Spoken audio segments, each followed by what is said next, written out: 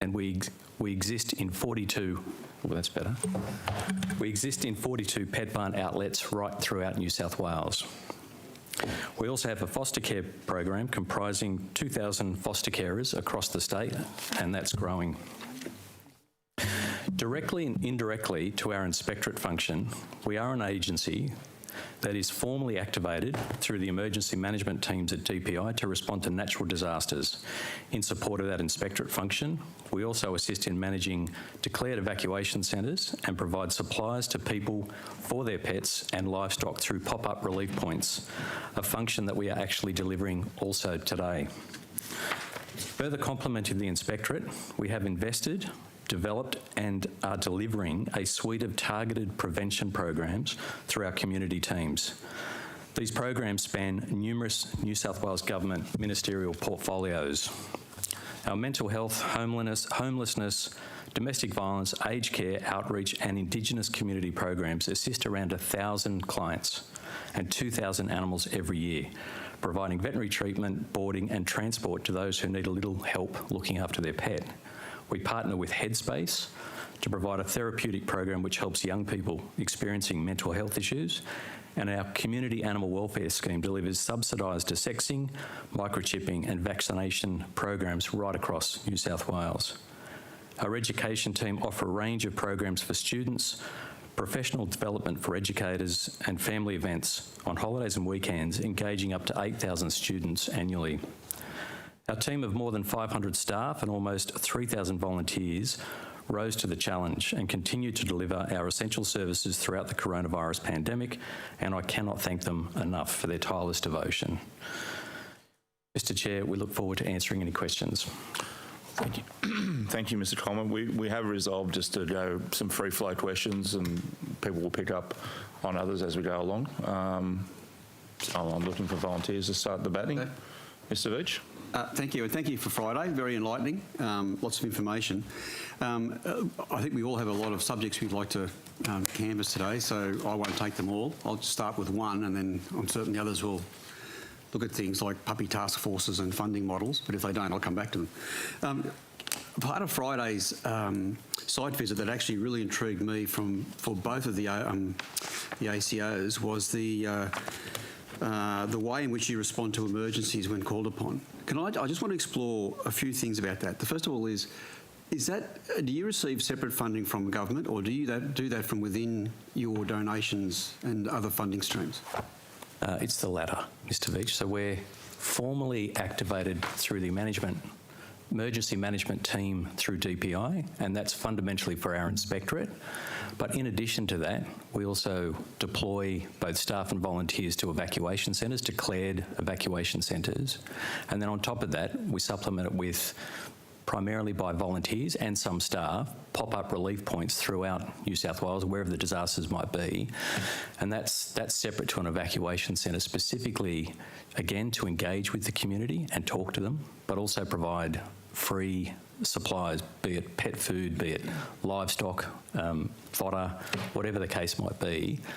That's separate to the activation through DPI, but that's all funded through our own means.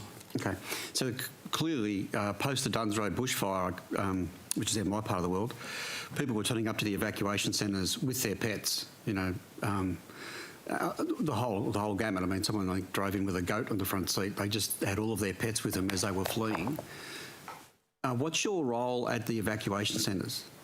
It's basically to manage the animals. We know through experience that the people that have evacuated are already stressed and distressed. We know that.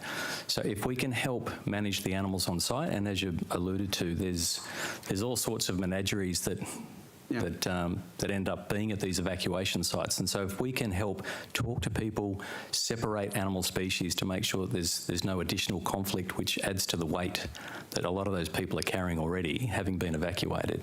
And we've seen firsthand how it just, in some way, calms people in a set of terrible circumstances, and at the same time making sure that their animals are properly looked after at the same time. Mr. Coleman, what was clear on Friday to me, after visiting both yourselves and Animal Welfare League, is you're both developing the tools that will assist you in this in those sort of crises. But but in a different way, like not replicating each other's toolkit, so to speak.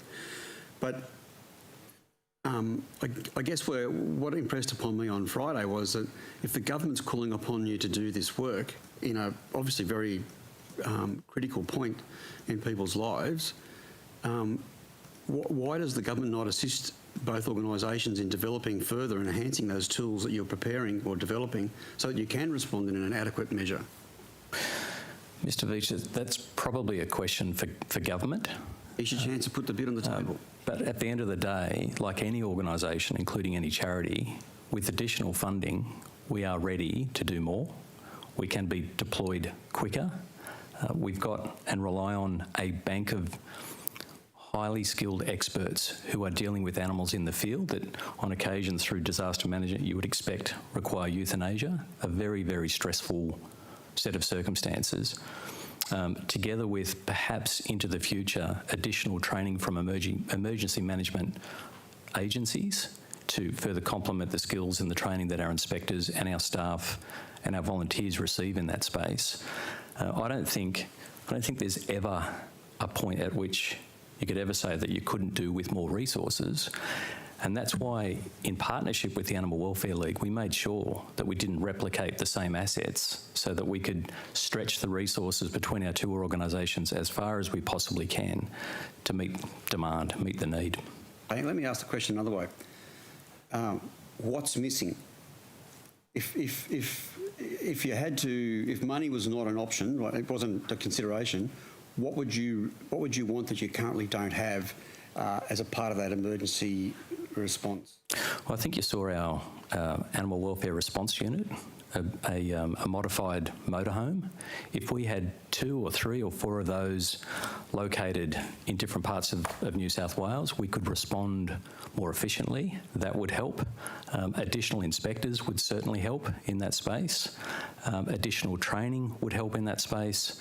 But what we can't forget is that with the request for additional resourcing, we've still got business as usual work to get on with. So currently when an inspector leaves their area to respond to an emergency management situation, there is inevitably a backlog of cruelty complaints that still continue to come in. So they're not being attended to whilst we're responding out in the field to those emergency management issues or those declared disasters. And my last question on this then relates to your employee and volunteer welfare during those events and post those events. So can you explain just how do you ensure that your employees and volunteers get access to adequate counselling post their involvement in the Lismore floods or the Duns Road bushfires? Good question, Mr Veach, because it's critical to our organisation that we provide that counselling service and support 365 days of the year, well outside disaster management, including disaster management support as well. There's a number of debriefings that we will have, that our Chief Inspector will have with his team, together with the staff and the volunteers that we also manage. So we do have a service and have done for many years where staff, volunteers, families, friends of staff and volunteers can also reach out to that counselling service, and it's a critical piece of infrastructure that we must have irrespective of disaster management. That'll do me for time. We'll come back, though, to explore other items that may not get picked up. Can I jump in? I think it's sort of somewhat related to some of the things that Mr Veach was asking. I actually had a call last week from somebody who tried to call the Rspca on the weekend, and they got a recorded message that the cruelty complaint line was closed. And I think people get quite shocked that the cruelty complaint line is closed. Is it true that that's only done during office hours? We operate our contact centre 7 days a week, and principally between 8 and 5 o'clock. If we had additional resourcing, we could run a 24/7 hotline.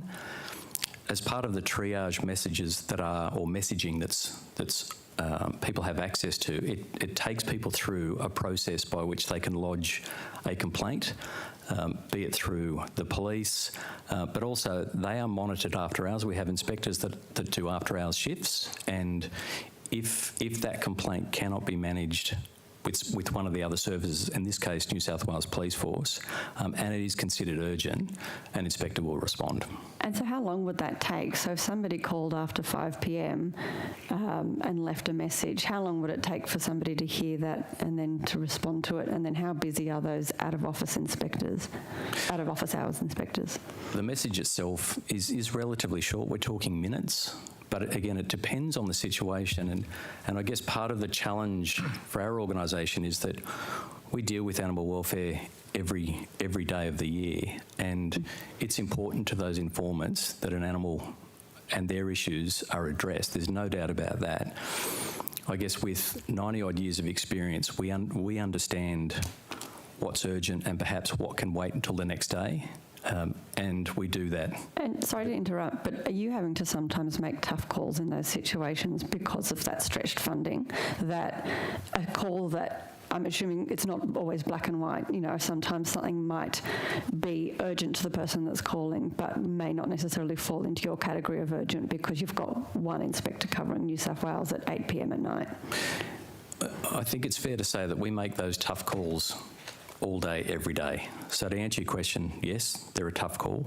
And again, we understand, we appreciate that from the person that might be calling at 9 o'clock at night that may not have the level of experience or understanding about what the Rspca can and can't do, that it is important to them. And it's important that if it's logged via an email or via a message, that at some point there's a response. But if you can appreciate, when you're dealing with 15,000 odd alleged cruelty complaints, it's near on impossible because of a lack of resources that we can respond to every informant and give them an update. It's just impossible. And do you think there's a community expectation that these cruelty complaint lines are open 24/7? And that, obviously I understand there's that funding issue, but do you think that there's then a push on the Rspca that you should be there 24/7? Yeah, I think that's a fair comment.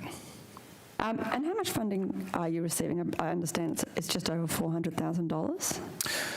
In terms of operational expense? Sorry, just from the enforcement inspectorate. We've $424,000 a year, and that's been that number for some 14, 15 years. Yes, at budget estimates I was told that hasn't changed for 15 years. Correct. Have you ever requested a review of that funding amount or requested more money specifically for the inspectorate? Yes, we have. Can I get some details about those requests and what's happened with that? Can I take that on notice? Yeah, absolutely. I'm assuming that if you had more money, one of the things that you would do is employ more inspectors to cover after hours to ensure that those cruelty complaints could run 24/7? That's true. Can I just round out that earlier question? In addition to the $424,000, we have received a one-off $400,000 for the puppy task force, but we also received, I think it was $500,000 for additional inspectors for a period of time during what was a pretty tough drought for everybody. But that's it. In terms of operational expense. Interesting. I mean, in New South Wales, the government covers about 6% of the Rspca's costs. If you look at other states and territories around Australia, South Australia, government provides 40%, Tasmania 93%, ACT is 79%. Hearing those percentages compared to 6% in New South Wales, we're the lowest, the government provides the least to enforcement here. I mean, how does that make you feel, just hearing those differences?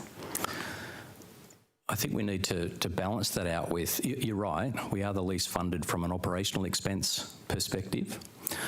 What we've been fortunate enough to do is achieve funding for capital works that we've constructed around the state over the last 10 or so years. So I think it's fair, again, factually, we have received additional government funding, which has principally been around capital works. You've got one legal counsel, is that right, and then a junior legal? Correct. And do they handle all the legal matters within the Rspca, from prosecutions, regulatory compliance, bequests, everything? Mostly. We also engage other lawyers when needed, depending on workloads and capacities and priorities and timeframes. So we do have access to others. I mean, I imagine it must be an incredible workload, particularly for Ms. Jerd, who gave evidence in another inquiry recently. I'm assuming. Could I take on notice how many hours a week Ms. Jerd would do on average, just to give us an understanding of her workload? Yes, we could do that. Thank you. I appreciate that. I'm wondering, some of your more complex legal cases, and I'm not going to ask you questions about those cases, but, the case recently with Brighton, and I know there's been repeat ones with Hollingsworth, for example. How much would one of those cases where you're continually going through the court process, how much does that cost the Rspca? Again, it varies. Those two particular examples, one would be well over $1 million at this point. The Hollingsworth one, that relates to many, many tens of horses. The Brighton matter that you referred to, that's been through a variety of different court processes now, and in fact is still on foot as we speak. But that sort of matter in particular, whilst there's not necessarily costs of keeping animals, it is important in our view to pursue that matter because it does set what we would consider dangerous precedent if that matter is overturned at some point. So they are lengthy matters, but we take that in our stride given all of the work that we do. And so how much roughly was the Brighton case? I'd have to take that on notice. Okay, if we could get that on notice. But essentially one of these cases could essentially swallow up the entire $424,000 in one court case. Yes. I just wanted to, I'll just ask one more question about safety, because one thing that I find really interesting is that I know that a lot of call-outs for inspectors may have to attend alone, and again, it's because of a funding issue.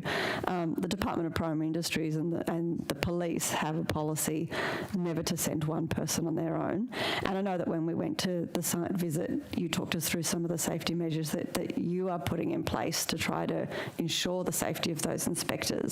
But I assume that you would want to have 2 inspectors, and obviously that would mean a doubling of your inspectorate.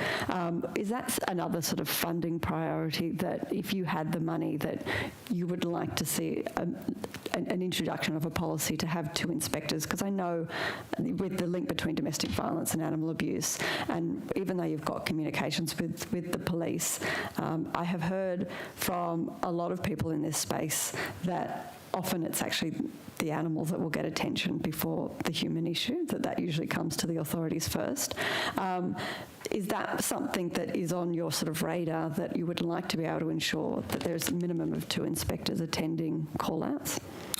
Ms. Hurst, the issue of safety is on our minds 24/7, whatever the circumstances that any of our staff find themselves in, which is why we have invested in additional safety measures and training, and we have an MOU with the New South Wales Police Force, which provides to some degree some access as to intel, and it's a phone call away to the police to determine whether or not we should be going there at all, let alone on our own, or we go in partnership with the police. It is obviously ideal if we were in a position to have 2 staff attend some of these complaints. I'm not going to suggest that every complaint necessarily requires 2 people.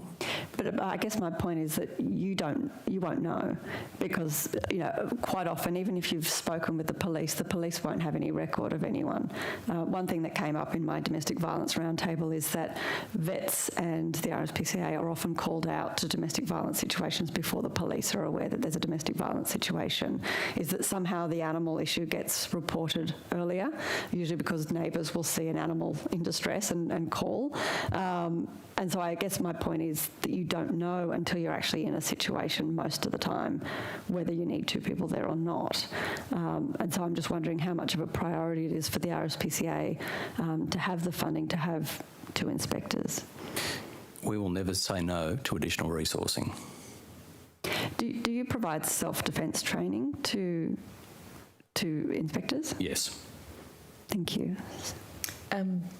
Chair, if it's all right, I just wanted to follow up on some of those funding questions. Yeah, and whatever you don't cover, I'll pick up on. I've got a few finance questions. Thank you. Can we just go back to the mental health supports for staff? Because as we know, it has been a really trying few years. And I understand that you've said that that's something that is something that you are concerned about and is a priority and you've had in place for some time. But what oversight do you have over how effective that support is at the moment? And what impact has it had on staffing levels? Again, interesting question in that it's of paramount importance that we make sure that we keep some of that detail confidential, obviously between staff, volunteers and the actual service provider. We do receive some information, some data on a monthly basis, but in fact, right now we're in the process of reviewing whether or not we should continue with this current service provider. And I guess it's that clarity that will either provide us with confidence or not that the service provider is actually meeting both the demand but the needs of the individuals. So it's something that we can never not turn our minds to in terms of its effectiveness and the overall impacts and results for those individuals. Have you noticed any significant change in the levels of sick leave being taken or anything of that nature? No, we haven't. Turning back to funding then of, I guess, how much, if we're not having a 24/7 response service at the moment, how much additional funding would be required so that could be the case? You could double it. Yep, okay. And in terms of employing, I guess, what you would view as being a more sufficient legal team, how many additional lawyers would that be and how much do you think would be required in funding?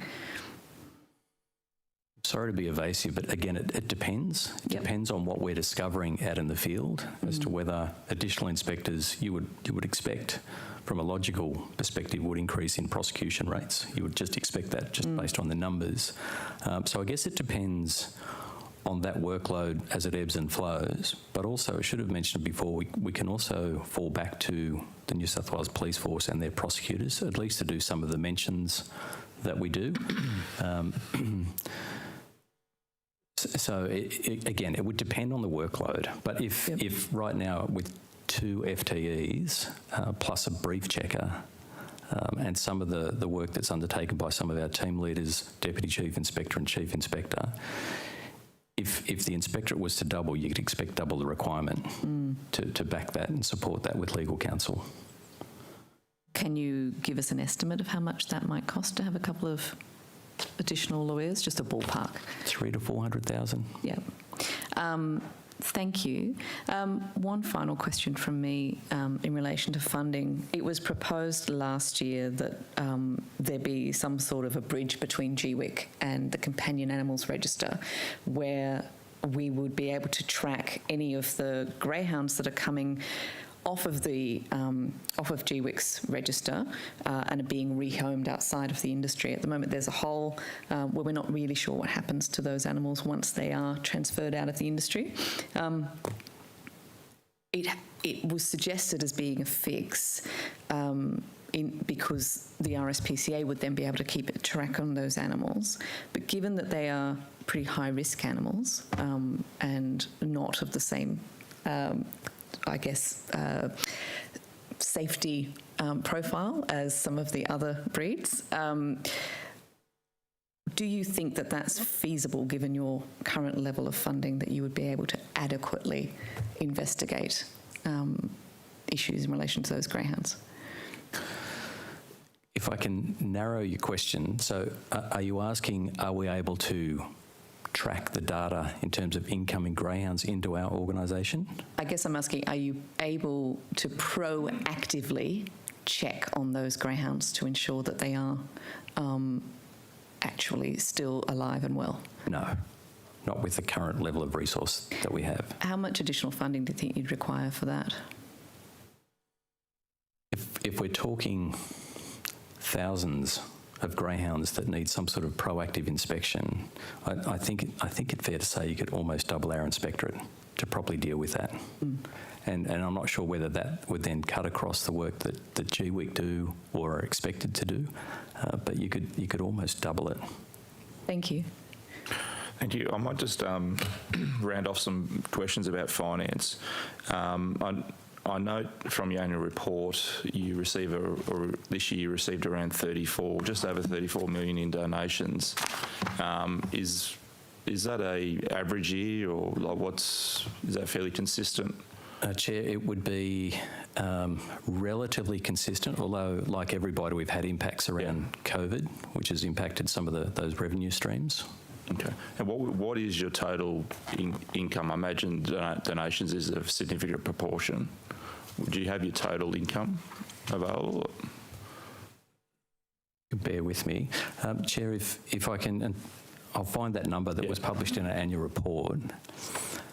It's fair to say that historically our revenue streams have roughly been a third through fee-for-service, a third through general donations, and a third through legacies or bequests. And that, the one revenue stream that is, as you'd expect, pretty volatile is bequests. Yeah. All we can do is take a 3 or a 5 or a 7 year average, and some years that budget is met, and it sounds awful, but that's the cold hard truth of how we operate, which is why 66 million, Chair, with that last financial year, and that includes some sort of a proportion of JobKeeper. Yep. Funding as well. And what would be the inspectorate as a percentage of that? Like, how much are you losing in terms of that 66 million to the inspectorate to do? So I'll give you some raw numbers. Yeah. It's around about $7 million directly for our inspectorate per year. Mm-hmm. But that cannot happen unless we spend the extra 6 to 7 mil in support services. So that's veterinary support, that's sheltering support, that's adjustment costs, all of those services that complement what our inspectorate do. If we didn't have that, that would be more difficult. So realistically, it's if you didn't have that, you would just be putting the animals, essentially probably be taking the animals and putting them down. Really, well, we would be forced. Yeah. That would not be our preference, but we would be forced to look at third-party contracts with other service providers that may or may not exist. Yeah, sure. So about 14 mil all up. Yep, that's good for context. In terms of the emergency service stuff that Mr. Veach was questioning you about, do you have any estimated costs in terms of what you're incurring doing that work? Again, I know it fluctuates from year to year, but yeah, we've had a couple bad years in terms of disasters. Yeah. Fair point. We do receive some funding through DPI for some expenses that are incurred, but it's probably, again, depending on the severity of the disaster, between 300,000 and 500,000.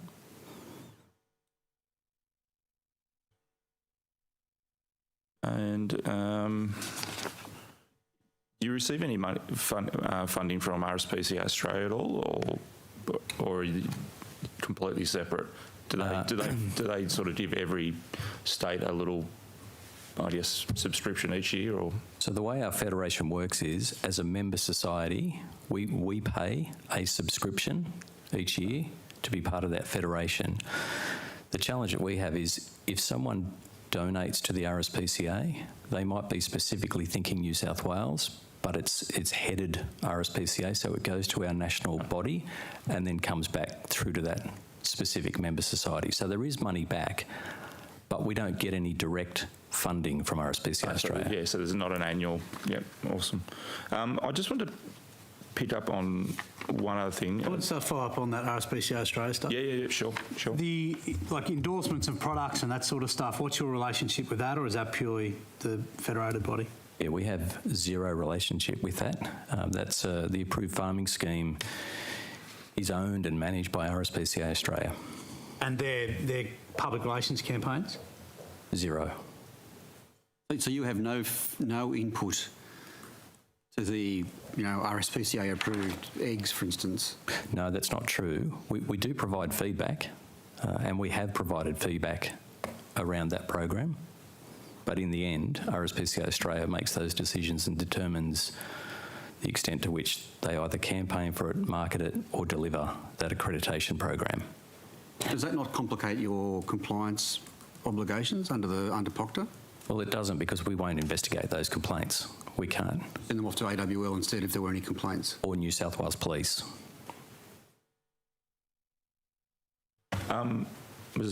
Sorry. Just one final thing before I throw it back open to anyone else. I note from when we were out with you on Friday, Dr. Arnett was really emphasising the point that it's sometimes problematic in terms of some of the animals you receive. They have no history, or you can't get a sense of what their history is.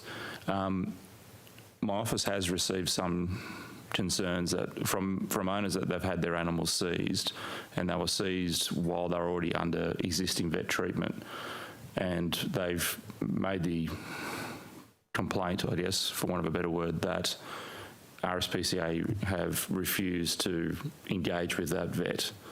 Now, I'm sure there might be a rational explanation as to why you might do that. It might compromise in the investigation. I'm not too sure, but can you provide a bit of clarity as to if an animal was seized and it was under already existing vet treatment, why you wouldn't engage with that vet to get that history? Chair, I'd be keen to get the detail around that, because that's not something that would be routine for us. But if there's specific details so we can provide a rational response to those circumstances, I'd be very happy to take that on notice. No worries, I'll chase some more specifics and get them to Mr. Poulos. Thank you, Chair. Good morning. Thank you for the tour on Friday. It was very useful to observe your operations. At home? I have 3 children. They have 3 different views on what I can bring home. We've got one of each species for each child.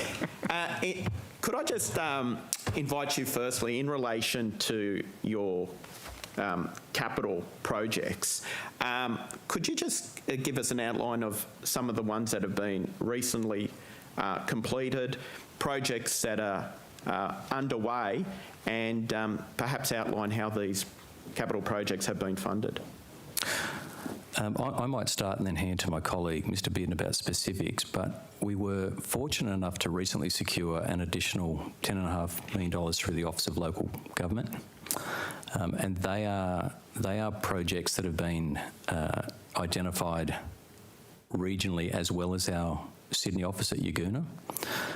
We are very keen to be opening the newest section of our Yagoona facility on the 27th of April with the Premier. That has been an enormous undertaking by our organisation for 2 reasons. One is our facility at Yagoona was very tired, there's no doubt about that, and that's why we sought additional funding to resurrect a facility that will see us through the next 40 to 50 years. But what we made sure is that we were still operational to the public throughout that build, and that's been an almighty task to make sure that we can continue to deliver our services while that build was happening. And you were fortunate enough to get the opportunity to see what we built, at least at Yagoona. But some of these other sites include our Rutherford site, our Coffs Harbour site, our Broken Hill facility. There's a number of regional projects. Thank you. So look, the capital funding covers a range of building, and you saw some of that on Friday with as Mr. Coleman said about with the Education Centre, but it's also funded some of the kennels and catteries that you had a look at as well.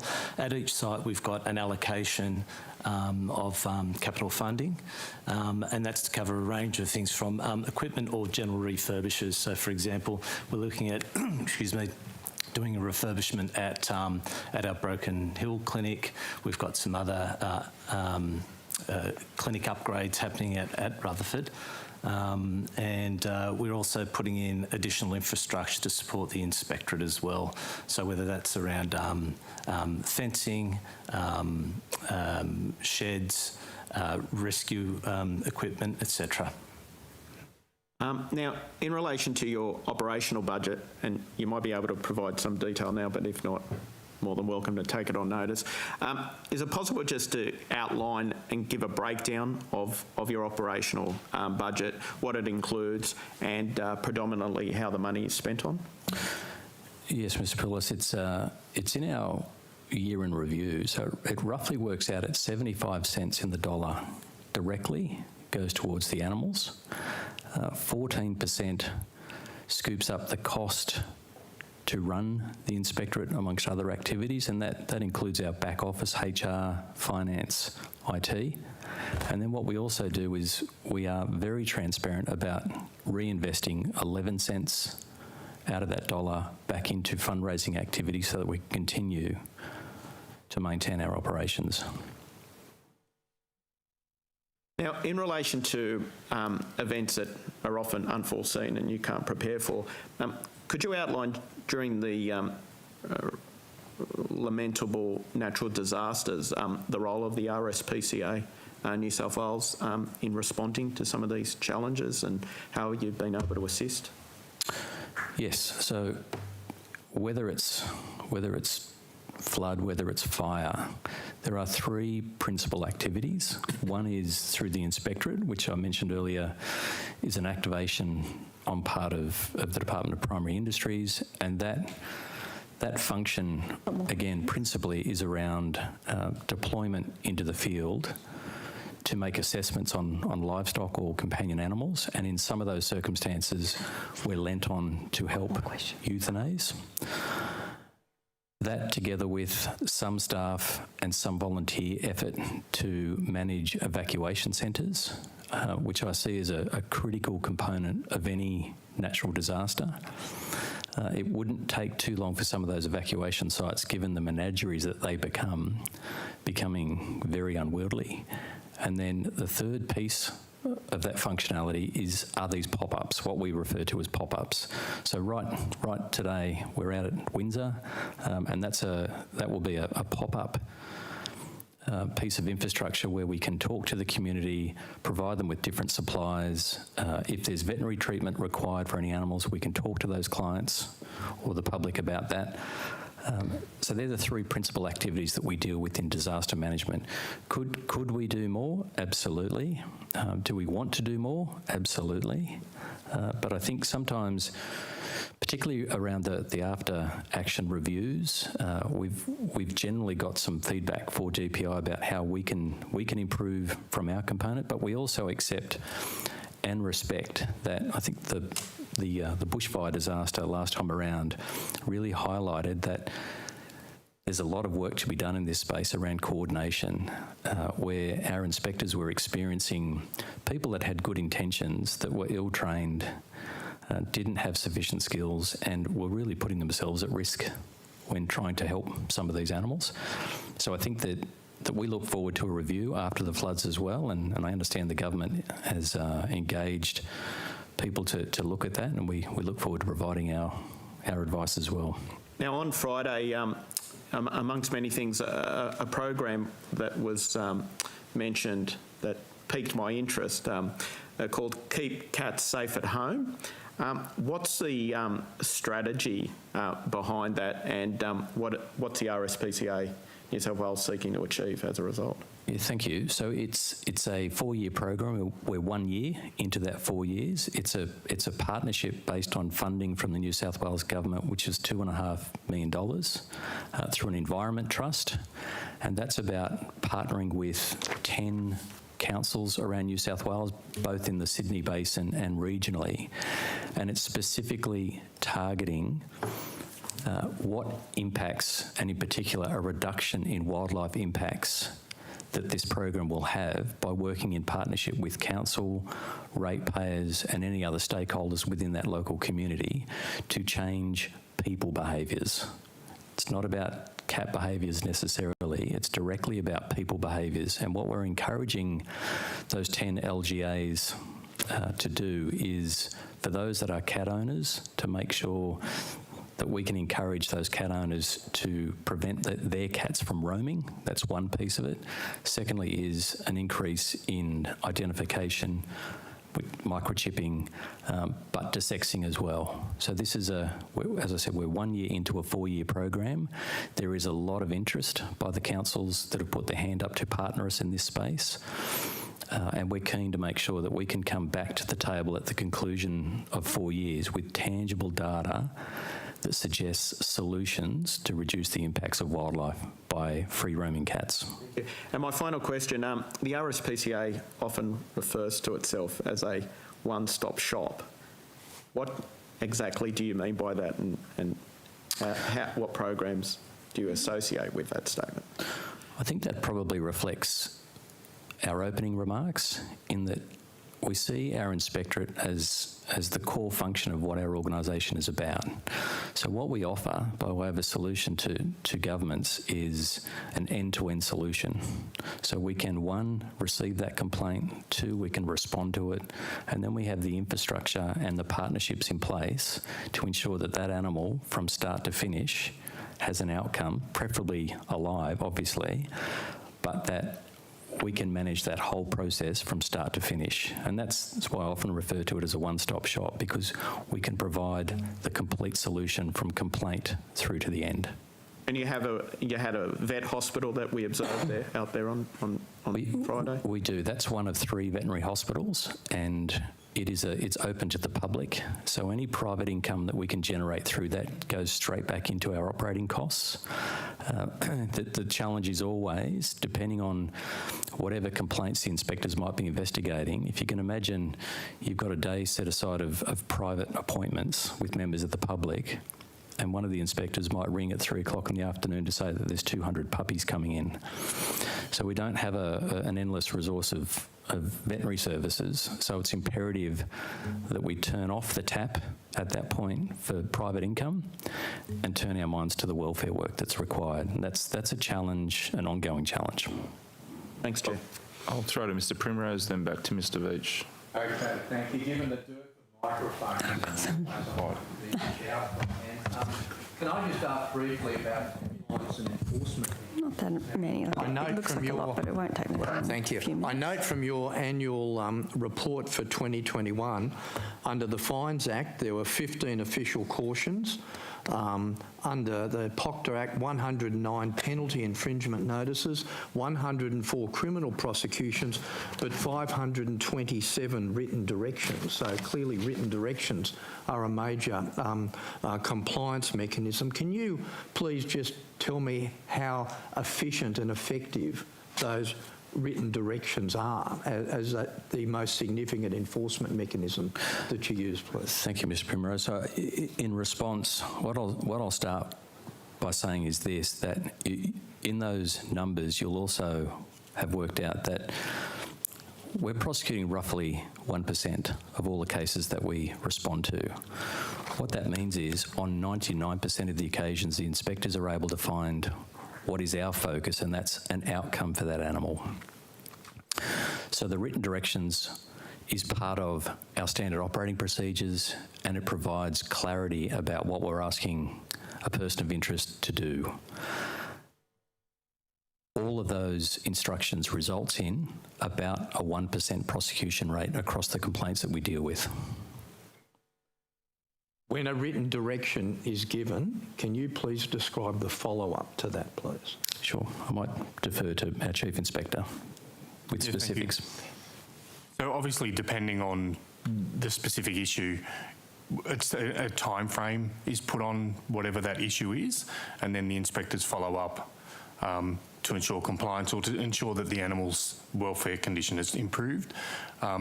It's not all the time that those 24 ends written direction notices are complied with. So if it is found at the time that they've not been complied with, that may result in the animal being seized and then it taking a more formal process. Okay, so each of them there's routinely followed up on each of those Exactly. notices? Yes. what would be the mechanism for following those up?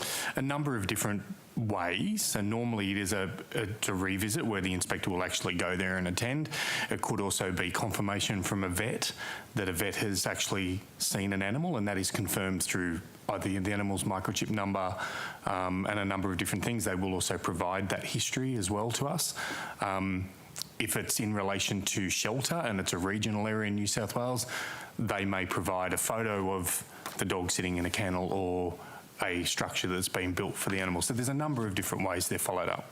Thank you. When I talk to council health and building surveyors, they've outlined under the Local Government Act a number of roadblocks that they have in terms of the operation of their enforcement mechanisms. Are there any in the current Act that you think should be altered or changed or amended in any way?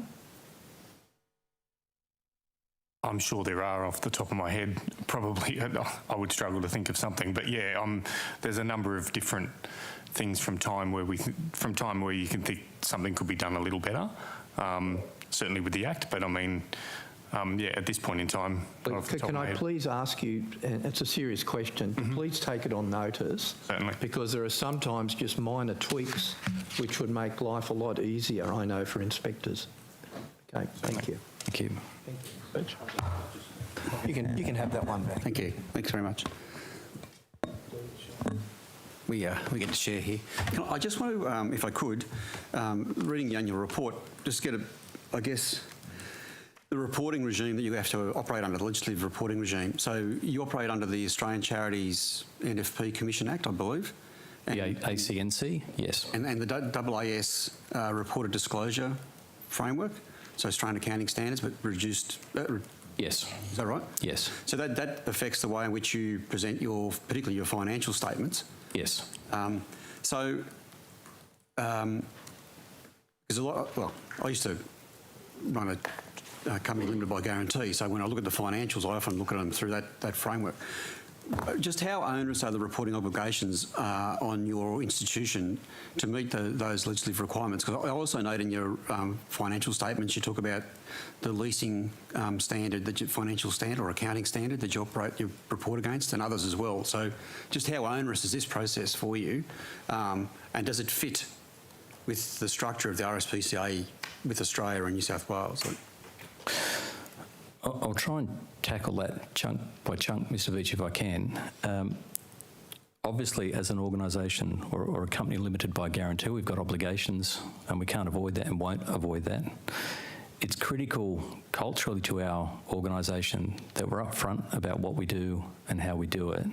So there's accounting requirements, accounting practices clearly that we must comply with, but we always try and make sure that when we're communicating to our supporters, our members and just the general members of the public that we use that as a minimum standard, if you like, about how we report. Is it onerous? It's no more or less onerous than any other organisation that must comply within the not-for-profit space. It's part and parcel of operating what could arguably be classified as a large charity in New South Wales. Which means you also have obligations under the Charitable Fundraising Act, for instance. When you Correct. So again, that piece of legislation, is it fit within that? You're finding it easy to, I guess, guide the work that you do in fundraising space, or is it a bit clunky? I guess we don't know what we don't know. That's the process that we're used to. Again, is it onerous? Of course it is, but it's no more or less consistent with other charities in the space. We're also a member, as I recall, of the Fundraising Institute, which speaks to best practice principles, which we also observe as well, in addition to the ACNC requirements. So if we didn't have to, in terms of a legislative requirement, we probably still would, Mr. Veitch. That you don't. I'm just asking. Yeah, because it's important for us to be upfront to the community about what we do and how we do it and the costs associated.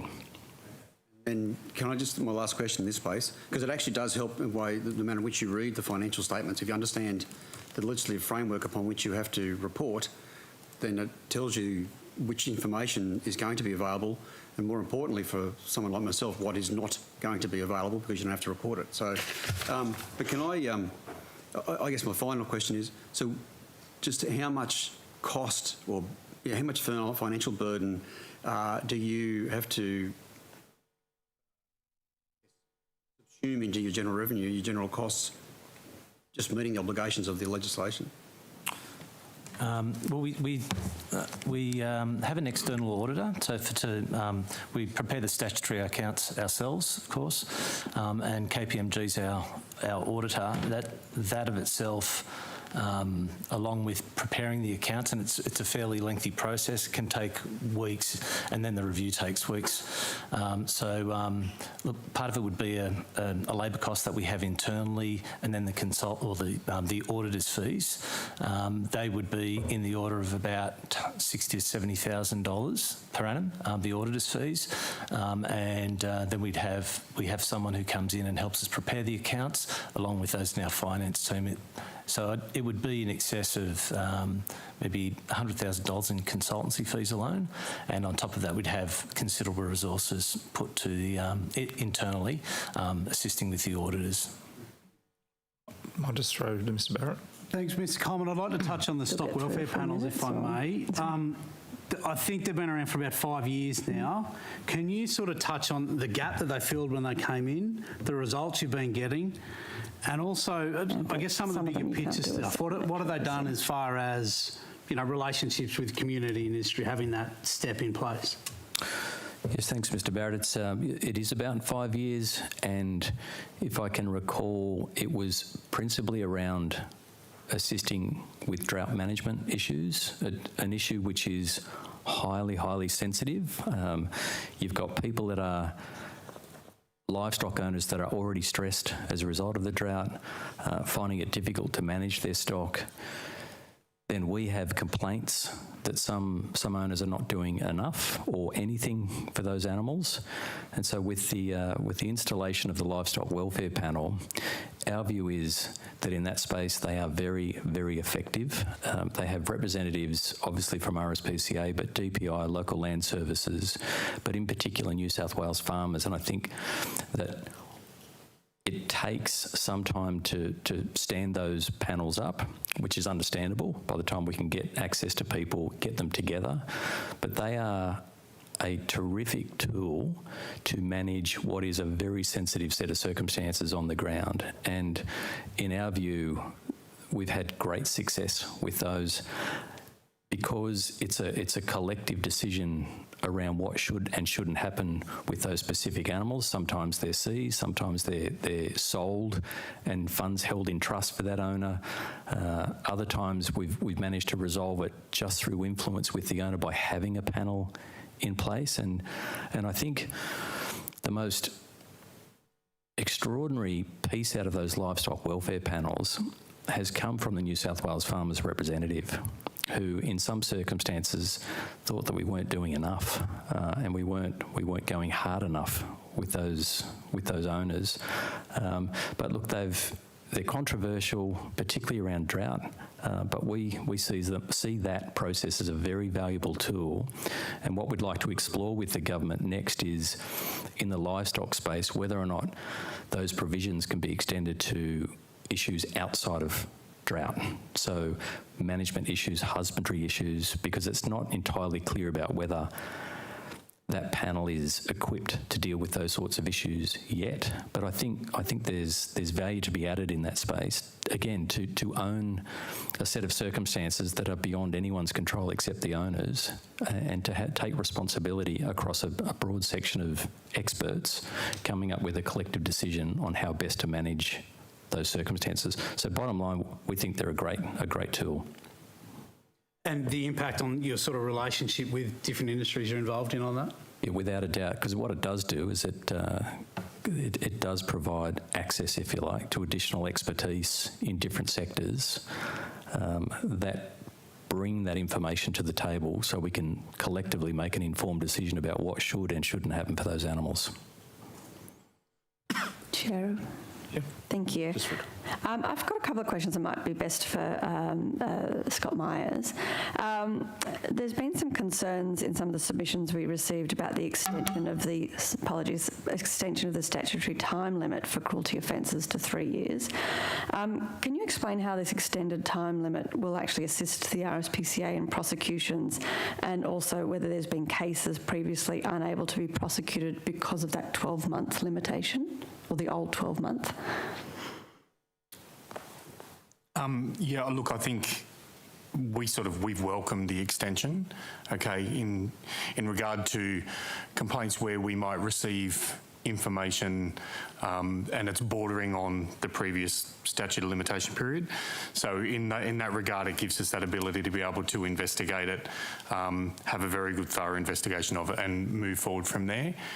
We have ran into some issues in the last, or since that new legislation around that has come into place, where we still receive complaints that are outside that 3-year statute. So it's been difficult in that regard, because obviously people believe that there has been this issue and they keep trying to get us to investigate it, but we're clearly outside it. So, I mean, it's... So do you think it should be more than 3 years, potentially? I think the only risk to that is that if we investigate a matter and we're considering prevention or prohibition orders and stuff like that, I mean, it impacts on that, because the offending happened so long ago. So it's hard. Look, I think 3 years, 3 years has been very good, but yeah, I'm not sure about it being longer. Okay, thank you. Ms. Hurst, can I add to that? Yeah, Sorry. certainly. What we've got to remember, that as a team of investigators, our victims can't speak. So the longer the statute period, the more difficult it becomes when you're relying on primary evidence around an animal, be it dead or alive. That's part of the challenge. And what we don't have is the ability, from a forensics perspective, we have access to different expertise, but the longer the statute period, the harder it will be to satisfy the DPP prosecuting guidelines. So you support the 3 years as well? You think that's Yes. a comfortable place to land? Yes. And just one more question. One of the submissions suggested that the RSPCA doesn't have to meet the same court-required burden of proof as the New South Wales Police. I just wanted to get your response to this and whether the RSPCA is subject to a different burden of proof. It's no different. Absolutely no different. I'm not quite sure how that could even be, because we're talking about courts and there's no different rules for different organisations. Thank you. Okay. Well, that pretty much takes us to 10:15. So thank you very much for your time. You did take some questions on notice, and the Secretariat will be in touch with, I guess, details on how to get them back to us. So 21 days, yeah. So once again, thank you for Friday and showing us your facilities, and also appearing today. But thank you. Thank you. Thank you. Thank you.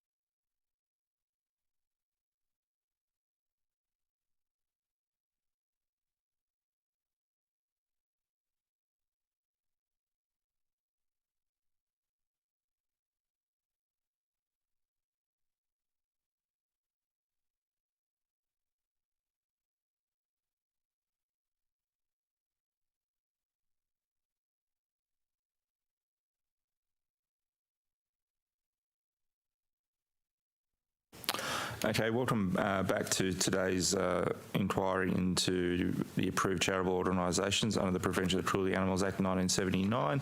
We are now joined with representatives from the Animal Welfare League. So starting with you, Mr. Slater, do you want to state your name, position, title and swear either an oath or affirmation? Mark Slater, I'm the Chief Executive Officer of Animal Welfare League New South Wales, and I'll swear an affirmation. I solemnly, sincerely and truly declare and affirm that the evidence now about to be given by me shall be the truth, the whole truth and nothing but the truth.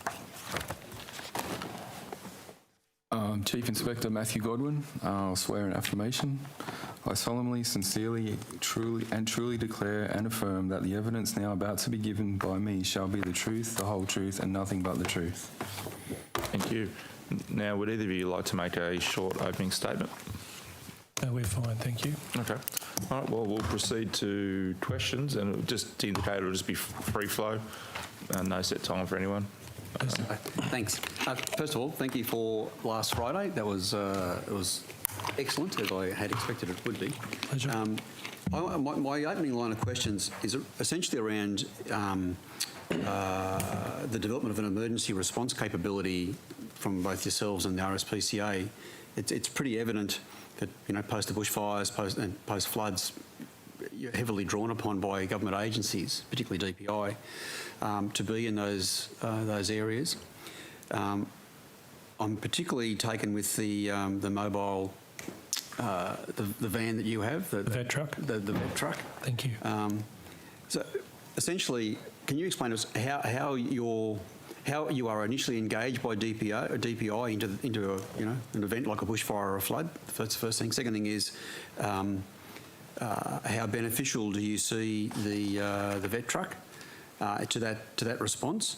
And the third thing is, if you had an opportunity to put in a bid for something that you don't already have to enhance your emergency response capability, what would it be? So, go for your life. Certainly. Thank you for the question. In terms of the mobile vet truck and responding to DPIE or natural disasters, we have an MOU with DPIE. We also have a working relationship with National Parks and Wildlife Services. So we reference both of those bodies in times of an emergency. In terms of the fires in 2019 and 20, we worked directly with Lee Pilkington and his team to respond and to find the best place for us to respond to in terms of standing that truck and our team up. So the consideration is the service provision that's most needed in terms of societal value, but then also keeping the truck and the team safe. In terms of the floods, I rang Lee Pilkington and commented to him on the weather and our reference and the work we'd been doing to ensure we knew what was going on the far north coast. And unlike a fire, you want to go a bit early as far as a flood is concerned. So we work hand in hand, taking advice from incident control, from LLS as well as DPIE to respond. So in terms of the Lismore far north coast, we jumped as early as we could and got there. And the intent was to ensure that we were there to ensure ongoing veterinary services as a support vestibule for local vets, but then also as forward control to feed information back to the incident controller and to state government. So then they could deploy, things like airborne assets, other vets, and then understand what sort of a budget we were going to require to both respond in real time to the emergency, but then also to recover, so disaster recovery and response, essentially. In terms of what sort of asset we would like for emergency response, that's a rabbit hole. But I could answer you by saying this, we could quite easily employ another 3 of those trailers. I know Chief Inspector Godwin has got plans, intimate plans that he can share with you, quite detailed plans about what we would need in terms of infrastructure, pop-up pound facilities, first responder accommodation, that sort of thing. So it would really come down to a brief from government as to what they would like first responders to look like in the case of those 2 scenarios, floods and fires. Anything over and above that, for example, cyclone, it's not really coming into our consideration at this point. Does that go far enough to answer your question? Yeah, partially, but let me explore this a bit further. Sure. So your annual report says that for that last reporting period that you had, the mobile vet truck had 10 community trips and emergency responses, and there were 437 animals assisted. Right. That's from your annual report. As I understand from Friday's site visit, that mobile vet truck is not just utilised though for emergency emergencies. For instance, you also go to Dubbo and undertake like spading and the like up there. Sexing, yeah, at the pound. Yep. So if you were to have, another 2 of those trucks, let's pluck a number out there, another 2 of those types of trucks, would you then be able to run those clinics in places other than Dubbo, for instance? Yes. So our intent with the mobile vet truck, based on the new euthanasia laws, and also, if I can take a step back, we had previously had an outreach program, and we've been working with the Veterinary Practitioners Board to change the legislation to allow the truck to be fully licensed rather than just have licences given to it in terms of a project basis. So what we would like to do, and I spoke to Minister Tuckerman about this as well, is provide that service to as many of the LGAs in New South Wales as we possibly could to put downward pressure on euthanasia, but then also remove some of the pressure from local staff and local veterinary services. So if we can de-sex at a pound level and then introduce post-operative care to local veterinary clinics and the new owners to local veterinary clinics, to us, that's a good welfare outcome in total. Okay, and so just to be clear though, you do not intend to, I'm thinking about the local veterinary services that are already in places like Dubbo. You don't want to go there and take away business from them. It's actually about operating sort of hand in glove with the other provided services. Is that? Absolutely, yeah. And so then it just would appear to me, after talking to yourselves and the Rspca, that the development of your emergency response capability has been up to date a bit ad hoc, in that you're not replicating each other, and I dare say there must have been some discussions about what would be required so that you don't replicate each other's services. But doesn't seem to be I could be very wrong, so that's what I'm asking. There does not appear to have been a plan from government to say, well, actually, this is the response capacity that we want or capability that we would like, and then you should go away and try and work out how you can provide that. But has it been as ad hoc as that? I wouldn't say ad hoc, but it's a response mechanism. Between Mr Coleman and myself, we generally carve up the duties that we're going to undertake across New South Wales, depending on what emergencies are happening where. So in terms of the flood, Mr Coleman and I had a conversation about his team staying in Sydney, and we would head north up to Lismore. There are ongoing conversations with DPIE and state about what a response mechanism would look like, but I do think that there needs to be a more robust approach in that area. Okay, and so let's talk about the Lismore, Ganilla Bar, because when you were there, Alstonville, you were up there, and I had a chance to look at the truck in action. Just quite fascinating. How many staff did that actually take away from your services here in Sydney? When you go to up to Lismore, how many people did that take away from your service capacity here in New South Wales, in Sydney? We take 8, so 4 field and 4 veterinary staff, and then we fly in and fly out, so we ensure that no one works beyond 7 days, and if they're on the ground for longer than 7 days, they have a rest period. So we're able to change the team out as required, and as we start to wind down, the skills of that make up that team tend to change as well. But no, it does put pressure on the business in Kemps Creek, that's for sure and certain, because we do have, I think at the current point, we have just under 600 animals in care. So, but we're very careful to ensure that we're a supportive service rather than try and take things over, as I said previously. Okay, and my final series of questions in this space. It's a big advertising banner on the side of the mobile vet truck. Is there also an education? Is there an educative role that you play when you, for instance, when you go to Dubbo? How do you undertake that educative role in a community about, responsible pet ownership? Notwithstanding the last 2 years of global pandemic, we did start a program of going to schools, and we still intend on re-employing that program and taking kids and teachers through what a vet clinic looks like, not just a mobile vet clinic. Excuse me, and to explain what ongoing veterinary care looks like and why it's so important. We want people to have positive companion animal and rehoming experiences. With the pound in Dubbo specifically, we have an inspector who works in the Central West, and we do all sorts of training and education. We've had the local rangers from Dubbo Pound down to our facility in Kemps Creek. to be trained on how that mobile truck works, but also then further training in terms of dealing with violent POIs and people who are difficult and aggressive dogs, which Chief Inspector could give you some more details on. So where we go, we try and involve all and build capacity in all that we deal with for a better understanding about what good welfare 360 degrees looks like.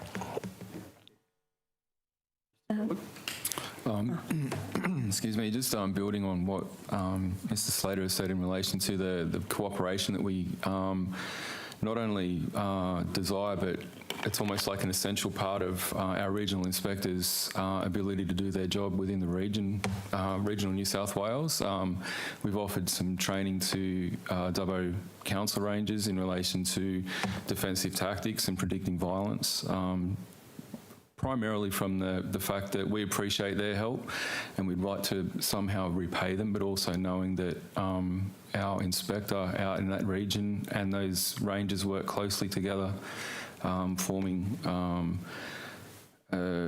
instead of going to attend jobs on their own, would be going with a council ranger, and vice versa, both assisting each other in that space. And my final question is, so last year, what was the funding you received from the state government? For the mobile vet truck or for the organisation in general? General. $75,000. Mr. Beach stole most of my questions about the mobile vet truck, but I just happy to answer them. How much money would it cost to build 2 more vet trucks? Approximately $1.5 million. And how much would it cost to run those vet trucks, those 2 extra vet trucks? I'll answer it quickly and then I'll take it on notice to give you some infinite detail in that space, but it's a bit of a fluid space simply because we're still working with the Practitioners Board on full licensing. So the Veterinary Practitioners Act is under repeal at the moment through DPIE, which should be finished by September of this year. In terms of emergency response, we're on cost recovery with state government through our MOU, but currently in a limited capacity, it costs about $1.2 million to run that truck, notwithstanding that there's a better economy of scale that could be achieved with multiple trailers simply through buying agreements and those sorts of things. Okay. But I'm more than happy to provide you our forecast for the next 3 years in terms of operations if you'd like. Yes, please. That would be fantastic to get that on notice. Sorry, I'm just following on from that very quickly. And when you send it out to Dubbo, you charge the council for that use? No. Okay. The reason why is my mentality was to run that as a loss leader.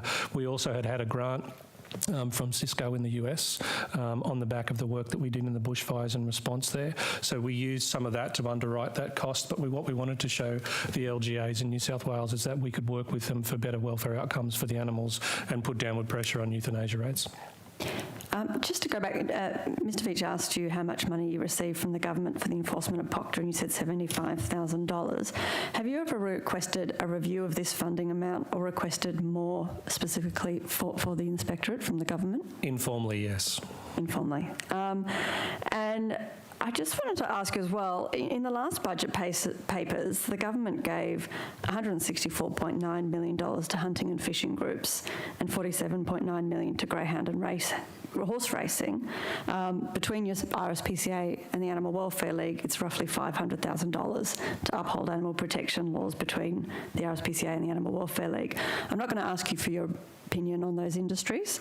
I just want to get your opinion on the disparity of that funding amount and how you feel about that. I think there is a greater want for better animal welfare outcomes, in total. I think there is a diseconomy of scale if you compare the societal expectation for better welfare outcomes with the resource that we're given as far as not only an enforcement agency is concerned, but a welfare agency. Our service provision is bound by physical capacity, which you yourself have seen on numerous occasions when you visited Kemps Creek. We also have an outstanding network of branches across the state in 22 locations. So if we were able to get a greater source of funding, greater welfare outcomes wouldn't just be isolated to our mobile vet truck and our inspectorate, to be across the state through 22 other locations as well. Now, I heard this morning from the Rspca that they have to close their emergency call centre to get animal cruelty complaints because they simply don't have enough staff on site to be able to run that 24/7. Is that the same with the Animal Welfare League, that you actually close that cruelty complaint line? No, our cruelty complaint line is still open, but it doesn't. people can leave a message, so it's not manned 24/7. We don't have the capability or financial capability to be able to do that. The intent would be to build our inspectorate, and I'm sure the Chief Inspector can add to this, to the point where we are proactive rather than reactive, which is the P in POCTA. There's a long-term goal in doing that as well, and part of that is restructuring our organisation and working with government for greater rounds of funding. And did you have something to add to that, or? No, I didn't. Okay, that's right. Do you have in-house legal counsel to assist as well? No, we don't. So you rely entirely on pro bono legal assistance when you are going to run a prosecution, if you were to come across a case that required it? Depends on the case. If the enormity of a case is such that dictates that we need special counsel, then we'll find within the budget to get legal counsel accordingly. Otherwise, we work with a pro bono supplier. So how much does your inspectorate cost to run? I believe you've got 6 inspectors on at the moment. How much does it cost you to run that inspectorate and to house any animals that you might have to seize in a situation? You may need to take this on notice, or you could give me a roundabout figure. I'll do both. It's approximately $2.5 million based on the inspectors and the historical cases that we've dealt with up until now, notwithstanding that there could be, a panleukopenia or a parvo virus outbreak, which would then in itself, give rise to special considerations for the care of those animals. And depending on the amount of animals that are within a case, and stock welfare issues are a different kettle of fish altogether as well. So what I can do is put together some projections on what we expect on notice, and also we can send you our plans for future building of the inspectorate as well. So $75,000 is a very small percentage of 2.5 million. POCTA is actually the only piece of criminal legislation that actually requires fundraising from the public to actually be upheld. Do you believe, as one of the organisations that actually upholding POCTA, that this legislation and the enforcement of that legislation should be funded by the government in the same way as other criminal legislation is funded? My answer is twofold. Yes, I do, but I also think that people wouldn't give to our work if they didn't think it was valid and the outcomes were what society was expecting. But you do a lot more than just the enforcement. You also obviously run a pound or shelter-like facility. You do these mobile vet trucks, and so you're doing a lot of different projects as well as the inspectorate. Do you think you'd still have that fundraising capacity outside of the inspectorate to be able to run those projects? Yes, I do. And on an X and Y paradigm, one, the X being brand, Y being work, people are more inclined to give to the work than they are to the brand. And over the last 4 years, we're proving that in spades. And the other thing I asked the Rspca this morning was about the safety issues of inspectors going on their own. Do you often have inspectors also attending call-outs as a lone inspector? I might let the Chief answer that one. Sure. We, as the inspectors, generally speaking, inspectors will be working on their own. We do work in cooperation with New South Wales Police. Occasionally we will work in company with another Rspca inspector if that address or the particulars evolving around the cruelty complaint are known to both parties, and we can effectively warn each other of any dangers that are known. But for the most part, AWL inspectors will always attend alone, dependent on what the cruelty complaint may detail. There's certain indicators that will act as red flags that will enable us to assess and send more than one. But generally speaking, yes, we operate alone. In a former inquiry we heard from the DPI and the police that they actually have a policy never to send an officer on their own, and I believe that it's the same with the Rspca, that they'll often attend on their own. And the problem we were discussing is that there has to be a known issue before that there's 2 inspectors put on. I guess my sort of more broader question is, do you think that this should be a major area where we need to look at funding funding to ensure the safety of inspectors by actually doubling the number of inspectors so we can have the same policy for anyone enforcing animal cruelty laws, that there's 2 inspectors going out to each job, given that we just don't know what situations sometimes people are going in if there's been no red flags or formal reports. I would completely agree. I guess the vast majority of my day is spent keeping inspectors safe, maintaining, like, I guess, location information. It's almost like a constant. I'm not sure of the analogy, but that's the vast majority of my day is making sure each one of our inspectors is safe. We've implemented measures in as much as state-of-the-art communication equipment, training that's just been we've recently completed in December. Again, it's trying to equip the inspectors with as much knowledge and equipment to keep them safe at this point in time. But at the end of the day, having 2 inspectors attend a job would be ideal. The ideal situation. And my final question, we've talked about, more funding to ensure the safety by having 2 inspectors. We've talked about, 24/7 having people on call. I'm just wondering if you had a sort of a wish list for more funding, what do you think that the inspectorate impact could be, or what would you like to see as in changes around the inspectorate? And I guess this question's for both of you, that would really sort of make it a more solid inspectorate workforce to be able to uphold POCTA. What funding's needed and where would it go? For my mind, it's in building relationships. There's varying parts of society who have different interests and different value sets, and a greater proportion of them are not illegal. Mr. Banasiak is a great example of that, as well as yourself, Ms. Hurst. I think the greater wins that we can have is in education and how we can work together for greater outcomes in general. We had a frosty working relationship with New South Wales farmers, for example, to start with. Now we work regularly with them. We speak with them about our role in community, and that it's not about prosecution, it's about bringing people together under one umbrella for a greater understanding of animal welfare and what that looks like. We work with sale yards, we work with primary producers, we work with Pet Industry Association of Australia members as well. Now, we don't necessarily agree with all of those processes, but we know what's legal and we know what good welfare is. If we can achieve greater outcomes in that respect, I think that'd be a win for everyone, generally speaking. From a grassroots perspective, having people on the ground would be, enable us to transition a little bit more towards the proactive rather than the reactive. We're quite reactive at the moment, although this is something we're endeavouring to change, but it does come down to personnel issues, and associated with personnel issues is equipment issues as well, but more so the personnel. Sorry, could I just ask you to expand what you mean by equipment issues? Equipment, we've slowly been implementing different systems and like I was saying before, just like the radios and things like that, but they're a significant cost to the organisation, considering that we're drawing on funding from the public, effectively giving donations. So in as much as equipment situation is more so from a cost perspective. Yeah. I might just have 2 questions and I'll throw to you, Mr. Barrett. Just picking up on Ms. Hurst's question around keeping the inspectorate staff safe, are you using a similar system that we saw at the Rspca, where it's like a live...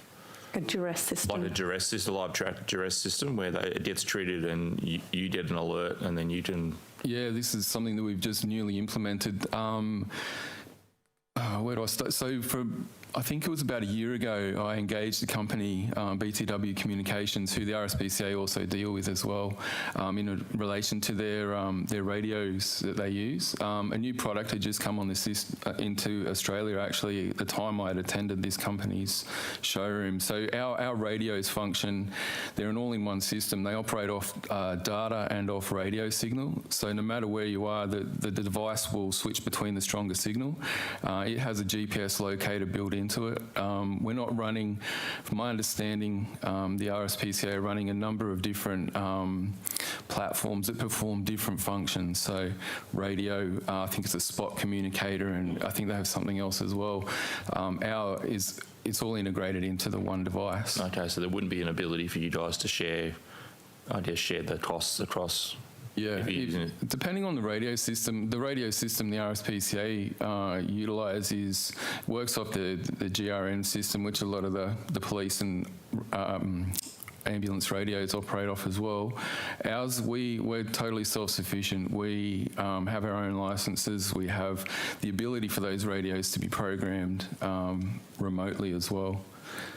It's just it's more of we control it far more so. Okay, would be the best sure. way to put it. No worries. And just one financial question, and it goes to your members' equity.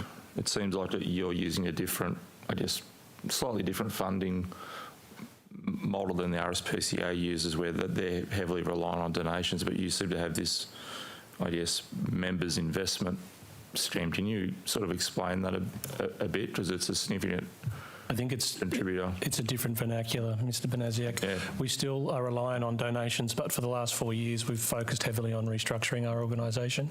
We've had multiple locations that had remained dormant and unused.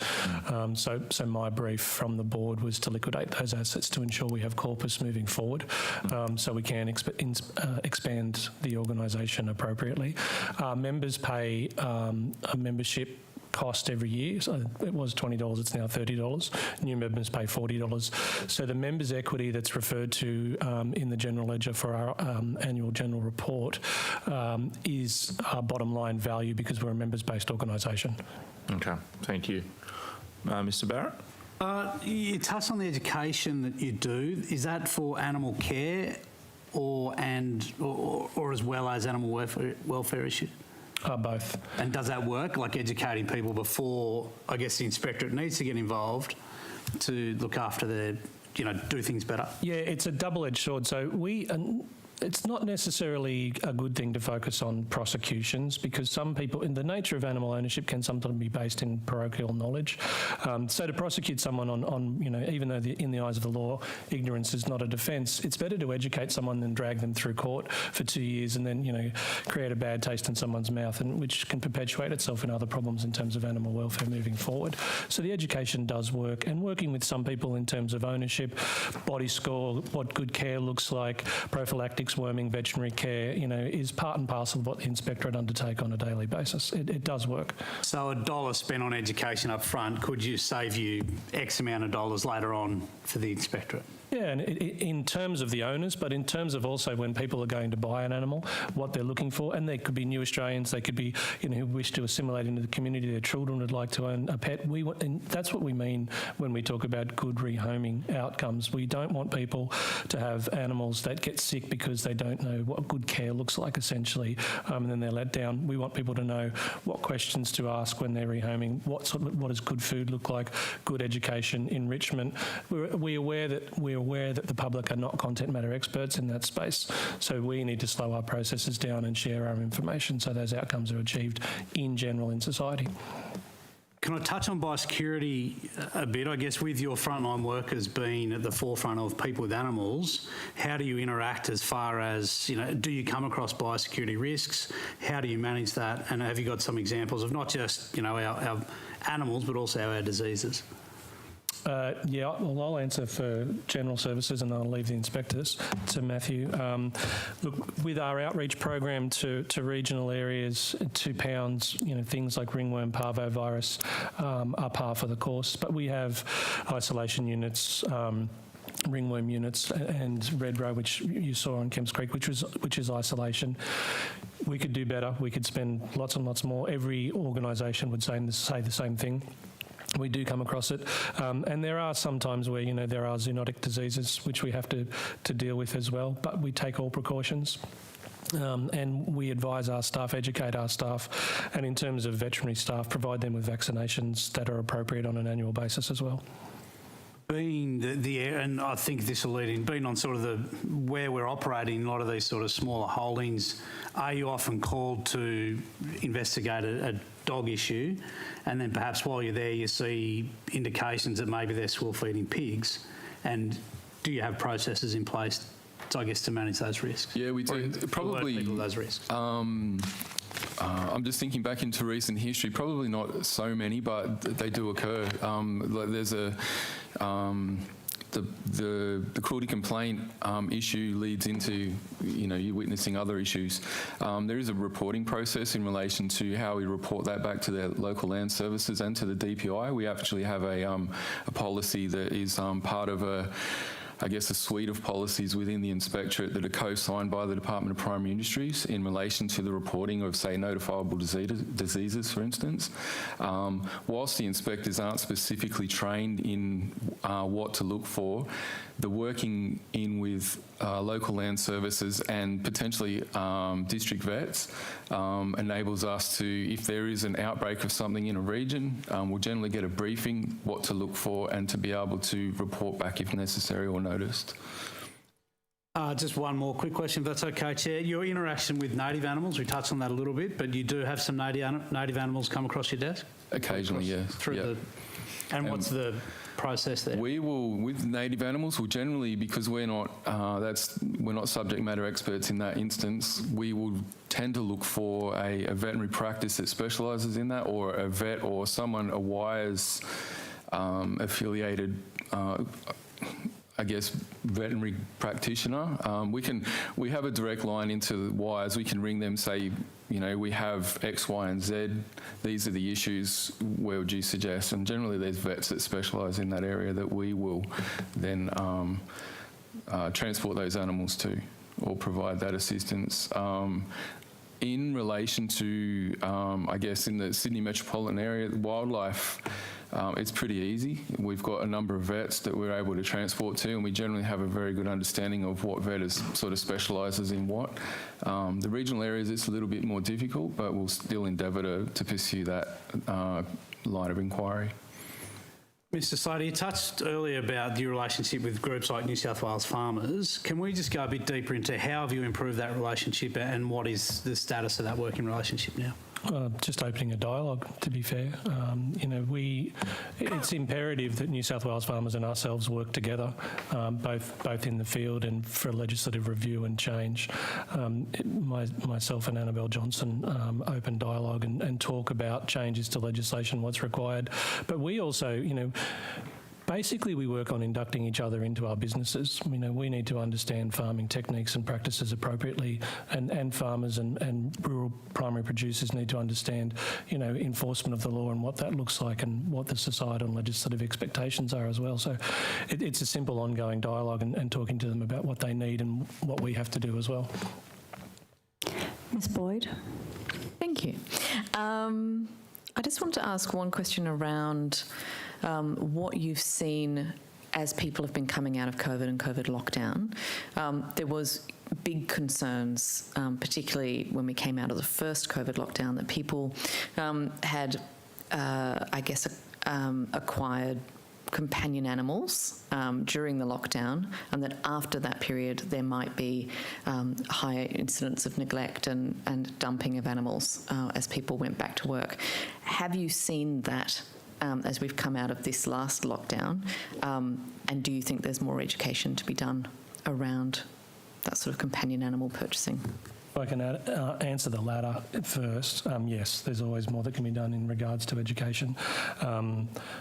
We have a policy on education, which is an ongoing piece of work. We're more than happy to share that with this committee if the committee was interested. In terms of the pandemic and animals being returned, or short-term adoption and then that people returned to work and the animals would come back to us, for the first 6 months of COVID, we held real concerns that that was going to be the case.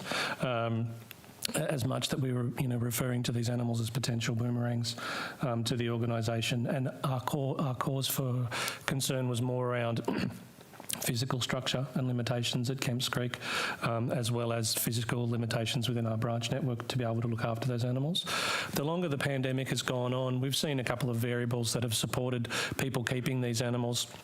And it's important to note as well, for the last 3 years, we've pretty much doubled our rehoming numbers, which is not extraordinary. It's a change of process as well. And people's flexible working arrangements are being held quite closely to the chest of corporate Australia. People are engaged with us on an ongoing basis. Our foster care network is still growing as well. Our foster to adopt is still growing as well. And we're not seeing the sorts of animals and the numbers of animals coming back to us that are anywhere near pre-pandemic, that's for sure and certain. I think economically there could be some pain for consumers and the public going forward, even if you just look at the cost of diesel, for example. But that's, at this point, that's not a welfare issue, and that's not causing animals to be returned to us. Happy to continue to talk to you about that and keep you advised as those numbers, but we're pretty stable for the last 2 years, that's for sure. Thank you. A question around, I guess, same question I asked the Rspca around the sort of mental health impact of dealing with animals in disaster scenarios, and how do you have any oversight in your organisation as to the impact on staff and volunteers and inspectors' health? Is there any sort of tangible measure of checking whether or not you're being effective in your efforts to make sure that their mental health is protected? So we have, through our HR department, an emotional assistance program, which we employ heavily, even outside of emergency response. It's counterintuitive to think that an animal attendant or an animal services team member would be despondent when they had rehomed an animal successfully, but the human-animal bond can't be undervalued or underestimated. In terms of emergency response, emotional assistance program, we bring in psychologists to the field, and as essentially as the point guard in Lismore for animal welfare with a lot of vets on the ground, we made those psychologists available to the vets in Casino, Lismore and other areas as well. Our staff undertake psychological decompression is what we call it essentially. I'm part of that, the inspectors are part of that, and we did that last week for the first time, apart from what we did on the ground, because we were away for 3 weeks. We'll do it again, and at this point in time we may deploy again this week depending on what the weather brings, but it's an integral part of what we do, because if you have team members starting to fall over, that pressure mounts on other team members down the line. And you lose capability, you lose intellectual property, but then on the whole, your team loses confidence in management, caring and understanding what their requirements are and needs are on a daily basis. The last thing you want is someone to go home and with bottled up, emotion and coming to work with nothing other than trepidation for the work they're going to face. So it's a very important part of what we do. Do you have any, I guess, has there been any significant increases in turnover or people taking sick leave or anything of that nature that you've noticed so far? There was a spike in December and January for vacancy, but that you could focus that on particularly in the veterinary clinic, and the reason being is if our vet clinic at Kemps Creek fell over, then isolation's gone and our service provision grinds to a halt. So the vet nurses and the vets were, and rightly so, hypersensitive to being close contacts, and we were in touch with government legislation and New South Wales Health around that on a daily basis. So absenteeism for the last November, December, January, February is in direct response to that. As it stands now, no, we're not seeing a high turnover of staff whatsoever. Yeah, good. Thank you. Mr. Primrose, do you have any questions? My apologies. I've had a clash of meetings at the moment. Can I... Understandable. one or two things. Can I ask you again, it's a question I've asked other witnesses, in relation to compliance and enforcement functions, are there any particular changes you believe may need to be made to either to any legislation that you enforce, particularly in relation to POCTA, that would make it easier to do those undertake those enforcement functions?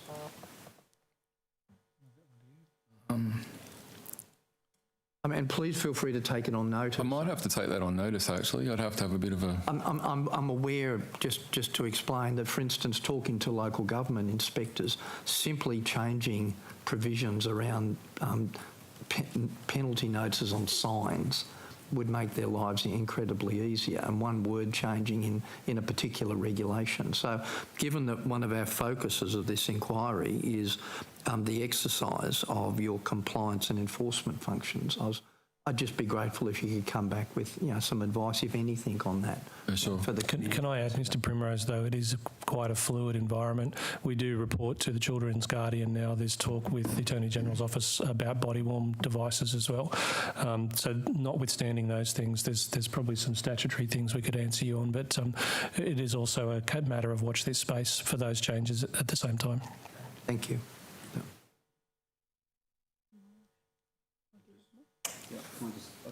You jump in. Just to tidy up, just so when we're reading your financial statements, just to be clear, so you operate under the Australian Charities and NFP Commission Act? That's correct. And you use the accounting standards as set by AASB? Yes, and we're audited on an annual basis as well. Okay, and so then you would also have, you'd have to operate under the Fundraising Act in New South Wales for any fundraising activities? And Department of Fair Trading. Okay, so it just helps to put a bit of context around how we read the financial statements that you provide. Is there anything in that legislative framework for your governance and financial reporting obligations, I know, that makes it difficult or it's a bit clunky? Like generally with charities, I'll say it takes a bit of effort to actually comply. Like they don't, not that they don't want to comply, just that it does within the organisation use some resources. Yeah, it does, and finance is that sort of unspoken working dog of the organisation. That compliance falls upon them and the fundraising department as well. It is difficult to ensure that in a members-based organisation everyone knows exactly what the expectation is, but it's an ongoing piece of work. And because we're overlaid Australian Charitable and Not-for-Profit Commission, Department of Fair Trading, accounting standards, and we're audited as well. There's a bit of a catch-all there with the auditor, but it does take an inordinate amount of work to ensure that we are compliant on an ongoing basis. It's not something you really want to pick up the slack on retrospectively, if I could say it in those ways. And just with regards then to the $75,000 you'll see from the New South Wales government, are there financial reporting obligations? Do you have to acquit those dollars? Yes, directly to the DPIE. Oh, yeah. And so that's just a rudimentary acquittal that's provided to DPIE? It's not... It's That's bad timing. No, yeah, sorry about that. I'm just trying to think back how it works. So for the last reporting period, I was not the Chief Inspector, so I only have a very basic overview of how that functions. From the paperwork that I do have, it would appear that a specific time of year is set aside for the solicitation of the $75,000 as a grant. We write a very, very, very brief submission, and then that money is provided. As far as the acquittal process is concerned, from my understanding, it's going back over a number of years. There's the acquittal process is almost incorporated into the submission that we provide to the DPI. That's probably the simplest way to put it. There's no actual, it went here, it went there. It's more of a broader statement. Are there any KPIs or expectations that the government places on the $75,000? Does it come with some expectations? None that I'm aware of. Not specific. Also in regards to the $75,000, given that it's such a small percentage of the cost of $2.5 million, I mean, it seems quite absurd to me. Would you like to see, given that this amount hasn't been reviewed for 15 years, as we heard in budget estimates, would you like to see a significant review on how much money is given to the enforcement authorities in regards to upholding POCTA? Yes, but to Mr Veach's comments as well, we'd like to see some hard and fast KPIs as well. With that increase in funding? Yes. I think that's fair. And I've got another question for Mr Goodwin. Would you like to be doing more routine proactive inspections? Do you think that the number of inspections that are proactive at this point occurring across the state is adequate? From the Animal Welfare League's perspective, yeah, I would most definitely be wanting to do more proactive inspections. I think it, like I indicated before, it's a matter of resourcing. So we're currently focused on the reactive stuff that we get, people ringing up, lodging cruelty complaints. So we're most of our time would be taken up at this present time investigating those complaints. But yes, most definitely would be given an increase in personnel and the ability to cover more of the state, yes, proactive inspections are critical. And this morning we heard from the Rspca that they often have to make quite difficult decisions because of a lack of personnel on the ground, and they'll get quite extreme cruelty emergencies, and then they have to kind of triage it and try to work out what to prioritise, and particularly out of hours where you might only have one person on call. Is that something that you guys experience as well, that calls that you would like to attend to immediately might have to sort of fall below the line depending on the level of emergency? Yeah, we try to triage everything that comes through as best we can, but if I can give you an example, last week we had 2 people go down with 2 people out of 5 that were operational with COVID. That put a significant I guess, a deficiency within our ability to respond, given our team is so small. But given that situation, we still have a system of triaging what comes through. So people will get reallocated to different areas within, I guess, the state, more so the metropolitan area, but the state potentially. It's something that we've adapted to over the years, given the small team that we have. And so you've only got 6 inspectors at the moment, is that right? Yeah. And you've struggled to recruit inspectors. I assume it's quite a difficult and specialised skill. It is, yeah, and we do get a lot of applicants, but the suitability of those applicants is what generally makes it difficult, yes. And do you mind me asking how much the inspectors are paid? So a Animal Welfare League inspector is paid $60,000 a year with super on top of that. So it's quite a low-paying position as well. So it has to be someone that's genuinely very passionate to take on this role. Yes. But I assume, again, that comes down to a funding issue to be able to increase those salaries. Yeah. It's a salary dictated by the Veterinary Practitioners Act and Award. Ah, right. So that's very specifically allocated by them. And so the Rspca, to your understanding, would be under the same? They're on an enterprise bargaining agreement. So I used to work for those guys, so they have an agreement that they've negotiated with their employer. So, sorry, can you explain the difference? So you're under something to do with the Veterinary Practitioners Board, yes, and the Rspca are? Yeah, so we're on an award and they're on an agreement, an enterprise bargaining agreement. And could the Animal Welfare League potentially switch to that as well, or? Yes, so the intent was to, from January 2020, through the outcomes of this process, when we understood what the changes to both the legislation and funding may look like, is enter into EBAs with our inspectorate. Okay. And would you like to see a review even just of that award program within that Act, or it just seems very low? Very much so. Yeah, okay, thank you. Now, most of your inspectors are also metro-based. What happens if you get cruelty complaints in rural and regional areas? I assume it will take a huge amount of time and resources to respond to complaints outside of the Sydney area. Could I just sort of get a bit of understanding of how much that happens and how much of a burden it is, and whether, one of the things on your wish list would be to get inspectors located in certain areas around New South Wales? Most definitely on the wish list it would be, yeah. There's major centres within regional New South Wales that we could definitely have an Animal Welfare League inspectorate presence. In relation to what occurs now, we have one regional inspector who's based in Bathurst but will travel within the Central Tablelands and the Central West out. I think the furthest she's gone so far is Dubbo. We do a lot of work in Dubbo, as indicated previously. For the rest of the state, it would, I guess, we're not very well known, but we're well known to be within the Central Tablelands, Central West area, to have a presence there. So we tend to, that generates cruelty complaints for us in those regions. The rest of the state, we do get calls if we're able to. So if time isn't critical, if it's something that we can, I guess, deploy an inspector within a couple of days and it's not going to impact the welfare of any animals involved, we will do that. But what we find presently, just due to staffing numbers, is if it's an urgent or it does require attendance immediately, we have to either refer it to the Rspca or to the local police. And you said you're doing a lot of work in Dubbo. Was there a reason that Dubbo was specifically identified? Are there animal welfare issues specific to Dubbo?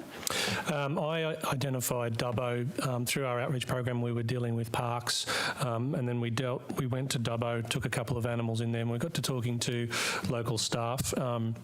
And we're made aware that their euthanasia rate, which off the top of my head I can't remember, but I can get it to you, was quite high. But the emotional pressure that was placing on the staff essentially was causing concern for us as far as animal welfare outcomes. And not to put it too crudely, but to show the ability of the mobile vet truck. Working with the Veterinary Practitioners Board, we chose to enter into a working relationship with Dubbo to highlight what we could do with LGAs as well. So that was Dubbo Pound that you're saying was having the problems. Thank you. If I could just add to that as well, that the veterinary industry in Dubbo is under an inordinate amount of pressure, which is another reason why we chose to act in Dubbo to try and support that group. Are there just 4 vets in Dubbo? To the best of my knowledge, yes. Thanks. Conscious of not having heard from Mr. Poulos, but I know Mr. Veach does have a couple more questions. I'm trying to share the love. I've got a one-word answer question. Just following up, 4 vets or 4 vet practices? 4 vet practices. 2-word answer, sorry. You thought it was going to be the other one. The longer you spend here, the more attuned to numbers you become. Mr. Veach. Can I just, sale yards, so in that West Central Tablelands area then, do you undertake any compliance activities at the sale yards? No, we haven't as yet, no. Okay. I guess the inspector in that area, being one person, is primarily concerned with responding to cruelty complaints lodged within I guess the residential areas of Dubbo, Wellington, Bathurst, Orange at the moment, and at this present time that is consuming the vast majority of her day. Okay. Can I add to that, Mr. Veach? Yeah. We do work closely with Dubbo sale yards in terms of building a relationship. And every occasion I've been to Dubbo over the last 2 years, which would be over 20, I've visited there, and those sale yards are run in an exemplary manner. Okay. Good. Education. So I think one of the many inquiries we've been on, I just can't remember which one it was now, but there was a discussion around the need for maybe an education. So you get your $75,000, you're allocated $75,000, from the New South Wales Government, but that there should be a further component of funding to assist in education programs. And so responsible pet ownership, the like, purchasing, having more understanding about where you purchase your pets from and sort of the responsibilities about the welfare issues that may arise when you buy online. Do you still support the view that there should be an additional funding allocated by the government for education programs? And right now, what would be the number one education program you'd like to run? Is it de-sexing, spading, or is it responsible pet ownership, or ask before you buy type stuff? Well, if I could say, Mr. Veach, that those 3 things fall underneath responsible pet ownership. Asking the question. So, mandatory microchipping to me is a no-brainer. De-sexing, unless you're a registered breeder and meet certain criteria, is a no-brainer. It would help with things like the cat population, for example. And being able to understand and ask questions as to where the animal has come from, just basic questions about the animal's wealth and where it may have been from, so you can provide a home and an environment that's appropriate to that animal as well. DPIE do produce handbooks on body scores for particular species. If we could explode that out into companion animals, I think that'd be something you could tick the box on. So it's a yes for additional funding for. Yes. Sorry. Yes, yeah. Got to get that into the transcript. We actually need to be able. Yes, for additional funding. Thank you, Mr. Veach. I could expand on that from an inspectorate point of view too, if you like. We find ourselves doing a lot of responding to the same cruelty complaints in some of the lower socio-economic areas of metropolitan Sydney, even in the regional areas as well. It's almost like Groundhog Day. I think in relation to education programs around just general animal husbandry would see a large proportion of those cruelty complaints, I guess, diminish. For the inspectorate anyway, that would be a huge area of education that would be highly beneficial. Probably just one question that might finish us off, and it goes to the animal welfare reforms that we're seeing at the moment. So it sort of cuts across two inquiries. It would have been nice to roll some of this, these inquiries into one. But looking at the draft exposure bill as it stands, do you envisage that you're going to have to scale up your inspectorate significantly to deal with the proposed changes, or is it going to make it easier? Or, I can say, but on the face of it, it looks like it will have to scale up, yes. But you don't really have any sort of indication as to how much you would need to scale that up by? Not yet. I think there's a few, look, it'd be nice to be able to, I guess, allocate a figure to that, or I would say for our inspection, given it's a small team to start with, like a doubling of like up to 12 would probably facilitate that. Okay. But that would be more of an educated guess than an actual, I guess, definite number. Yeah, I appreciate it. It's probably hard to know because we don't know exactly where the legislation's going to land. Yep. So, but thank you for that. If there's no other questions, we'll finish a couple minutes early. But thank you very much for your time today, but also for Friday. It was excellent. Thank you. Appreciate you coming out. No worries. And you have taken a couple of questions on notice, so the committee secretariat will be in touch, and you have 21 days to get them back to us. Thank you. Appreciate it. Thank you both. Thank you. Thank you. Thank you.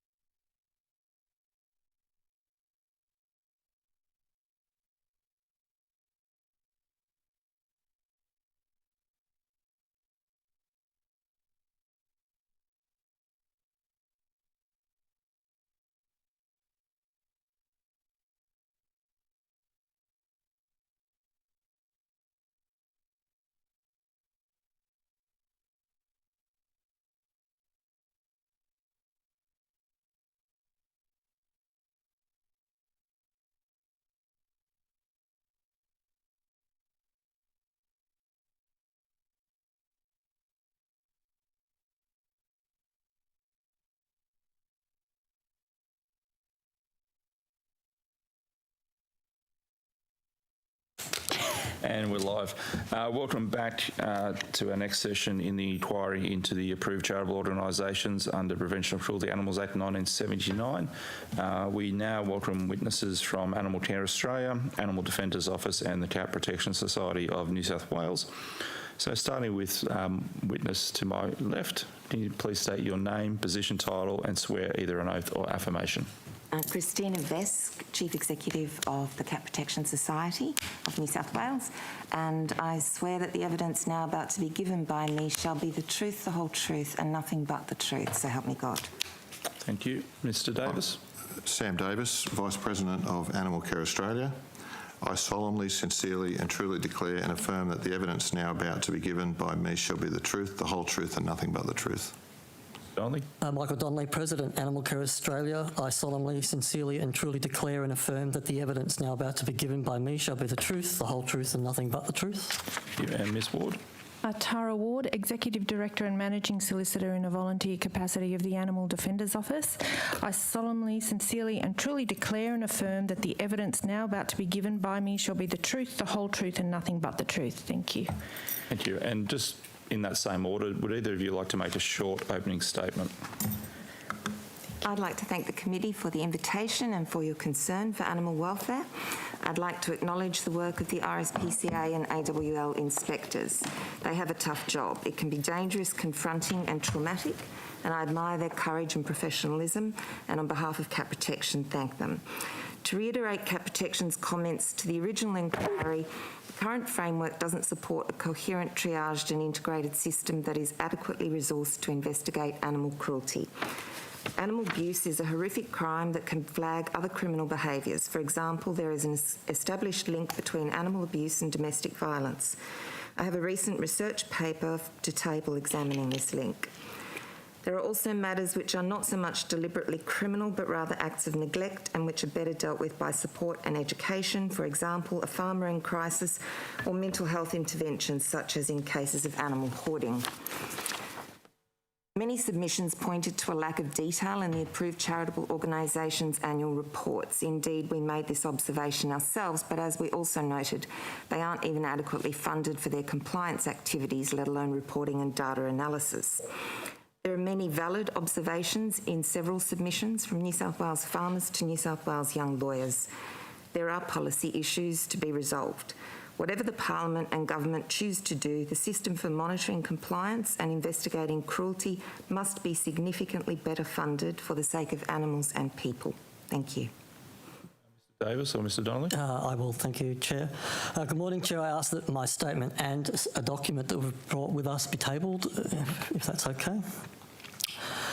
My opening statement is, there you are going about your daily routine in the garden. One of your children is asleep in full view on a sun lounge nearby. A car arrives, your gate is opened, you look up to see what is happening and notice two people in full uniform. They look like the police, all the equipment including what appear to be weapons. There's just one difference, the uniform colour is wrong. Without asking your permission, one officer walks towards your child while the other immediately approaches you. Your request for them to identify themselves is ignored. You are, however, told they have arrived because someone has reported that you abuse your children. You are taken aback by this claim and begin to ask for more details. All the while, the officer has looked at your child, now no longer sleeping. You are enraged. How dare these people? You ask if they have a warrant to be on your property. You are again ignored. You repeat, and this time told they don't require one. The officer declares your child looks ill. Has the child been to a doctor, he questions? You respond yes, and they are being treated. You expect the next question to be seeking the details of that doctor, but it isn't. Instead, the officer starts talking to someone on his phone. Quickly, it's declared that this child must see someone immediately. Despite knowing your child is not in pain and is exhibiting all the behaviours, etc., that you were informed would occur and are normal, you offer to take the child straight away back to your treating doctor. No, that is not sufficient, you're told. This child must be seen by our doctor. That doctor is well over an hour's drive away, while your doctor is just 15 minutes down the road. The child is immediately grabbed and forced into a secure section of their vehicle. Your child's eyes are fixated on you, wondering why you are not stopping them. Your child begins to scream in opposition to being manhandled. There isn't a damn thing you can do. They leave you with a receipt for your child. You phone your doctor who tries to contact them, and nothing. The next day you are asked a series of questions by one of the officers from the previous day. Your mind is on the health of your child, not on the repetitive and seemingly irrelevant questions. Nevertheless, you respond and they leave again. Days go by, each day you call to check on your child, each day you are told nothing. On the 5th day you are informed their doctor determined your child could not be helped, and in their wisdom they terminated the life of your child. Unknown to you that day, 5 days ago, was the last time you would ever see your child. Now you cannot collect the child's remains as you are being charged with a child abuse and failure to provide adequate medical care. You now face the loss of your child and, if found guilty, the loss of your job and more. Can't happen, right? The police cannot do that without a warrant. A doctor cannot make that decision without a court order. You, the person charged, must be provided with the opportunity to defend yourself. The child's doctors, not just one doctor, but several, school counsellors, teachers and other family members would all be consulted before any decision was made on your child's fate. Now replace that child with family pet, and it all can happen, and it does. Worse still, no warrant, no court intervention, no opportunity to say goodbye, no opportunity to have an independent assessment of your pet's health. Why not? Because it's now been euthanized and cremated without your knowledge. No opportunity for a fair trial. You can't challenge. There is no way of doing that with the sole evidence, your family pet, having now been destroyed. Our state governments allow this to happen every day. They do nothing to stop it. They even pass the buck back to the organisation that took your pet's life. No accountability, no liability, no appeals process, and God forbid you do fight it and prove your innocence, no compensation, not even an apology. Today, we shouldn't be sitting here talking about annual reports and the effectiveness of the organisations. We should be striving to stop this inhumane behaviour from continuing. Last week, the Rspca stated they shouldn't be held liable because they do this in good faith. The contents of the document we table here today question their understanding of what good faith is. Thank you for your time, and we welcome your questions. Thank you. Ms Ward. Thank you. The Animal Defender's Office commends the Legislative Council for conducting this inquiry. The Animal Defender's Office did not make a written submission to this inquiry due to working on submissions to other New South Wales parliamentary inquiries, but we did complete the online questionnaire, and this statement is based on matters mentioned in our responses, which were necessarily brief. We do not regard this inquiry as an opportunity to critique individual charitable organisations. The Animal Defender's Office values and respects organisations that aim to prevent and respond to cruelty to non-human animals.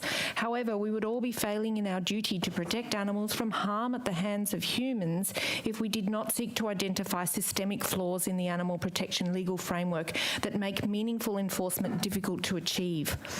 In our view, enforcement of animal protection laws should be conducted not only effectively but transparently and with full accountability to the people of New South Wales.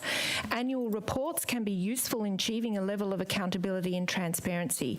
However, the Animal Defender's Office is concerned that the annual reports published on the websites of approved charitable organisations do not contain sufficient information to enable the public to evaluate how well or not our animal protection laws are operating, or to identify issues for reform and areas requiring additional funding. To do this, we would suggest that publicly available annual reports of approved charitable organisations should include information about the type of animals that animal welfare complaints are about, the outcomes and the number of complaints not pursued and the general reasons why, what type of action is taking in response to complaints that are pursued, how complaints about cruelty to animals in rural and remote areas are handled, the number of routine inspections of premises where animal trades take place and the type of premises or trades inspected. For example, were any inspections of wildlife harvesting programs such as kangaroo shooting undertaken, and the use of and outcomes from stock welfare panels. In terms of enforcement, the Animal Defenders Office appreciates the unique historical role of the original Society for the Prevention of Cruelty to Animals in the enforcement of animal welfare laws in the early 1800s in Britain, with society inspectors operating before a police force was established in London. We are, however, concerned about any legal framework in contemporary Australian society that gives to private charities investigative and coercive powers normally confined to law enforcement agencies within the executive branch of government or independent statutory bodies. The lack of transparency around the operations of private charities makes it difficult to assess how they exercise their compliance and enforcement functions under animal welfare laws. In our response to the inquiry survey, the Animal Defenders Office described an example where in the last reporting period, our Community Legal Centre assisted a member of the public in making a serious animal cruelty complaint to an approved charitable organisation about animals kept by a large not-for-profit organisation. The Animal Defenders Office prepared a comprehensive complaint identifying potential breaches of animal welfare laws and codes of practice. Substantial evidence was provided and the complainant indicated their willingness to make a statement and/or testify. No response from the approved charitable organisation was ever received by either the complainant or our office. This was extremely distressing for the complainant, as making the complaint took a considerable emotional toll on them and put their personal safety at risk. To receive no response at all from an enforcement agency, one which is not subject to mandatory FOI laws, Freedom of Information laws, or a formal complaints process, in our view represents a failure of our animal protection enforcement framework. To properly assess how approved charitable organisations exercise their compliance and enforcement functions under our animal welfare laws, the community would need to know information that is currently difficult to obtain, such as the number of written directions and/or penalty infringement notices issued in a reporting period, and for how many animals, what types of animals, and which offences. Information about prosecutions finalised in a reporting period, including the number and types of victim animals, the offences, and the outcomes. In terms of appropriate responses to the systemic failings that we and other stakeholders continue to highlight, we note that at least 2 recent committees of inquiry of the Legislative Council have recommended that the New South Wales Government establish an independent statutory body to be responsible for animal protection issues. The Animal Defenders Office endorses these recommendations. Until such a body is created, however, we recommend that the existing framework be strengthened by guaranteeing sufficient funding for approved charitable organisations to enable them to carry out inspections, investigations and enforcement activities with respect to all types of animals in New South Wales, bringing approved charitable organisations within existing access to information and administrative review regimes, requiring approved charitable organisations to disclose detailed information about their performance to the public and to be directly answerable to public scrutiny when required, and creating external complaint mechanisms for aggrieved individuals, including witnesses to animal cruelty whose complaints are not responded to or actioned. In conclusion, the Animal Defenders Office recognises the complexity of responding to animal welfare issues within a large and diverse jurisdiction such as New South Wales. In our view, however, by outsourcing most investigation and enforcement functions to private charities with limited funding and resources, the current animal protection framework will never be able to detect, prevent and deter harm to animals of all categories at a level that is acceptable by today's community standards. Thank you. Thank you. I'll throw to Ms Hurst to opening up the questions. Thank you. My first question is to Ms Vesk. You raise in your submission concerns about the link between violence against animals and violence against humans. Now, others that we've spoken to this morning have suggested that enforcement agencies should focus on education rather than prosecution for animal cruelty issues. And while I assume there's a really strong place for education, I wanted to get your opinion if there's a risk in pushing education as the primary response, if that would end up in a situation where it fails to recognise animal abuse for the very serious crime that it is. I think that's a really high risk, and it's a really good question. I think in saying that the system doesn't really adequately triage at the moment, I think it's incredibly difficult to be able to recognise the issues when not every situation can be thoroughly inspected or investigated. I think there is a really important role for New South Wales Police Force in this, because it's, of course, there's an animal welfare issue, but there is a very, very high risk of violence to people as well. So I think that seeing these functions to be professionally integrated and to deliver a really coherent framework that does triage between the different situations, and certainly there are times when a person is in crisis and things have been let go, including their own self-care as well as their animal care. That's not a situation where you necessarily want to prosecute in that kind of criminal way, but there is a very high risk that the criminal aspects are being lost because the system is underfunded, and I think because the engagement of police and the involvement in a really sustainable, thorough framework that enables that triaging in the first instance, it is absent. Ms. Ward, do you have anything to add to that? Do you have concerns about a focus on education rather than prosecution? I think there's a place for both. Our organisation would be perhaps, or not uniquely placed, but we do have sort of insights across this or along the spectrum. So while, of course, we have complaints made to us about egregious cruelty occurring in the community or in wherever that may be, we also do get people who, as my fellow panellists described, are doing their best for their animals and following veterinary advice, etc., and yet have their animals seized and are treated from their perspective, from the keeper's perspective anyway, treated in quite a bad way.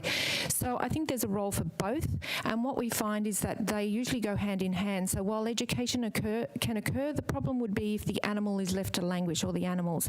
So that would be our primary concern. We wouldn't want education at the expense of the welfare of the animals.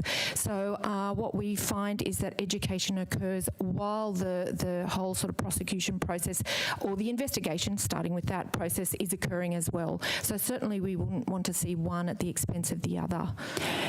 We've heard a lot this morning, Ms. Ward, about this kind of very unusual framework that we have. We have two charities. The Animal Welfare League receives $75,000 a year to uphold POCTA. The Rspca receives $425,000 a year to uphold POCTA. New South Wales Police receives all the funding that they need to uphold legislation, which means that these charities have to fundraise from the public to actually uphold this piece of criminal legislation. It's the only criminal legislation that requires fundraising. Do you think that that model is problematic, and do you think that it meets community expectations around the enforcement of animal cruelty laws? To the last part of your question, my view is that it doesn't meet community expectations. I think in one of the submissions to this inquiry, the survey responses to one of the previous inquiries was cited, and it was a very high percentage of respondents supported, for example, the creation of an independent statutory body or some sort of independent body. Having to fundraise to enforce criminal laws is just not good enough. It was fine in the early 1800s in Britain, but in 21st century Australia, that's unacceptable now, and it really does need to change, because otherwise animal suffering will continue. And what's the impact of underfunding enforcement agencies? Like, what does that mean on the ground? Does it mean that animal cruelty complaints are going uninvestigated? Does it mean that there's long wait times when animals are in emergencies? Have you heard anything? Well, part of the reason is we can't tell, because the information released to the public is so limited that we really can't tell, and we need that detailed information to be able to assess how the system is working. That's the the first sort of fundamental. What we see is that totally legitimate complaints about cruelty, documented cruelty to animals, are not responded to. Now, even our tiny volunteer-run community legal centre has received significant examples of that, and it is completely distressing to everyone involved. The animals, of course, who have suffered, the people who have witnessed it, the people who come to us, and of course, as a legal organisation, our response is always, this is the framework, this is what you must do. You must put in a complaint to the enforcement agencies, which in this case, in this context, are private charities. And when we help them, we research the law, codes of practice, put it all together and submit it, and then to be treated or receive nothing but silence is incredibly demoralising, and it's just an indication that the system is not working. And so it leaves us in a difficult position, because it was, well, that was the framework, and it just hasn't worked. One submission we received argued that the Rspca and the Animal Welfare League should have their powers removed entirely in relation to farmed animals, and that function should be transferred to the Department of Primary Industries. There's been a lot of discussion in other inquiries recently about the DPI and a potential conflict of interest. Would you be concerned if enforcement of cruelty laws for farmed animals was transferred to the DPI? And if so, why? I think I read that submission on the bus from Canberra to Sydney this morning, and a chuckle may have emitted. Yes, I completely disagree with that. There's no way that the responsibility for enforcing animal protection laws could be transferred to an entity such as the DPI, because there would be a conflict of interest. I think the submission stated there would not be a conflict of interest. There absolutely would be a conflict of interest, because the DPI is responsible for promoting animal industry. So you could not have an entity such as the DPI enforcing animal welfare laws without that perception of a conflict of interest. So I think that would exacerbate the current problems with the system, and would certainly not fix them or go anywhere near fixing them. Why do you think then it's been suggested? Do you have sort of any kind of idea on why any particular interest groups would want to put that forward as a proposal? Well, I can only assume, of course, that would be a question best put to those making the submissions, but I mean, the perception is obvious that those with vested interests in using animals don't like impartial or impartial enforcers of animal protection laws. Because it, sorry, Ms. Hurst, it may put, because it should put the animal's interests first and not those of the animal users. We heard this morning that New South Wales has the lowest amount of money put towards the enforcement of POCTA. I think it was 6%. Other states were around, some of them were 70 or 93%. Do you have concerns that New South Wales has the lowest contribution towards enforcing these animal cruelty laws? From government? From government, yeah. Well, that objectively would be a concern, because New South Wales is the largest jurisdiction, the largest state. I mean, the number of animals, the number of animal trades, it just, doesn't stack up, basically. I've just got one more question. I've just made it 45 minutes with this panel. I'll just throw out one more question. This one's to Ms. Fisk and Ms. Ward. You've talked a lot about the need for greater transparency and oversight into the enforcement agencies. I just wanted to get your thoughts on how we can best achieve that oversight, what needs to actually change as far as what the government can do to ensure that transparency. That's for both of you, so.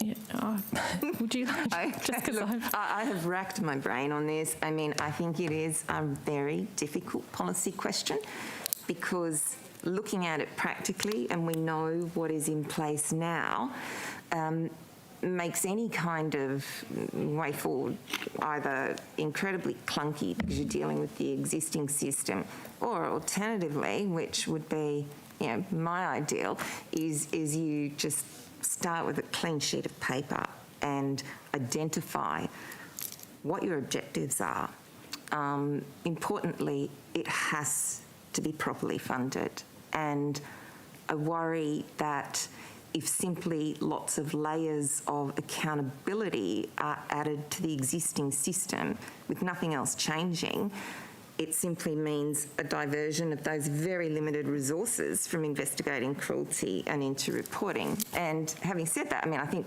compliance reporting and transparency, they're all extremely important things, but they do need funding. I mean, you can't give someone a $10 grant and say, and by the way, spend $5 on it, reporting back to us what you did with the 10, you know. So I think funding is critical. I said before, I mean, I think there's some really, really good observations in some of the submissions, and you know, New South Wales farmers make some good points.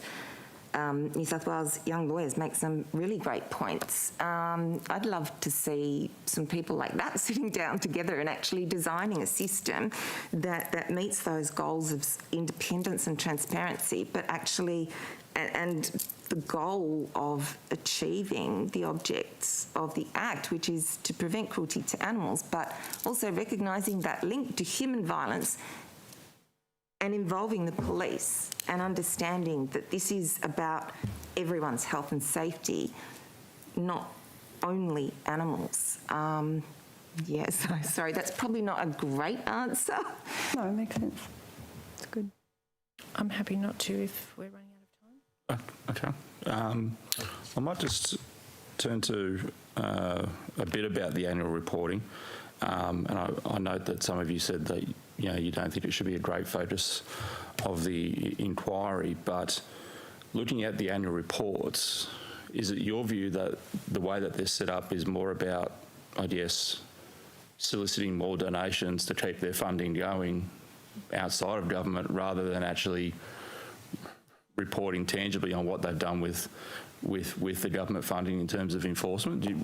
Would that, I don't want to put words in your mouth, but would that be a fair assessment? I think we're all nodding here, Chair. Yeah. So, For a hand side, everyone's nodding. I think also in like the Rspca submission and animal welfare leagues, there was a bit of detail on investigations and inspections. I don't know how difficult that was for them to collect, but I think things like that in the annual report would be appropriate. They did produce it for the committee. I'm assuming it wasn't too difficult. That said, like we said in our submission, I think it still warrants sort of further data analysis, and I'd like to know how, with the sort of roughly 15,000 complaints they received and led to something of an inspection of maybe around 10%, how were those others investigated? And how was that determined whether they do an inspection or not? So I'm not suggesting that in an annual report they can write all of that, but we don't understand how these things are decided. Would you like to actually see, I guess, legislated requirements in terms of the reporting outside of what they're required to in terms of the charitable charities, in terms of what they have to report in terms of their charity work, but would you like to see a more prescribed list legislated in terms of their enforcement activities? Absolutely. I think Animal Care Australia would certainly like to see it absolutely delineated what money they spent on inspectorate functions, on compliance and enforcement, including exactly how much was donated, or not donated, were grants from government for that aspect of their operation, and what were grants for their charitable functions, so that you guys can all see quite plainly how much it actually costs Rspca to enforce the laws that this state's put in place. Because at the moment, we've got no idea when we look at their reports, and I'm sure none of the committee has any idea really either. So it's very difficult to answer the questions that we're talking about that Emma's sort of alluded to. You know, even if you were to set up this animal welfare office that she's talking about, or in our view, we're saying, you know, take away the inspectorate functions and some of that goes to DPI. You know, how much money do we need to do that, you know?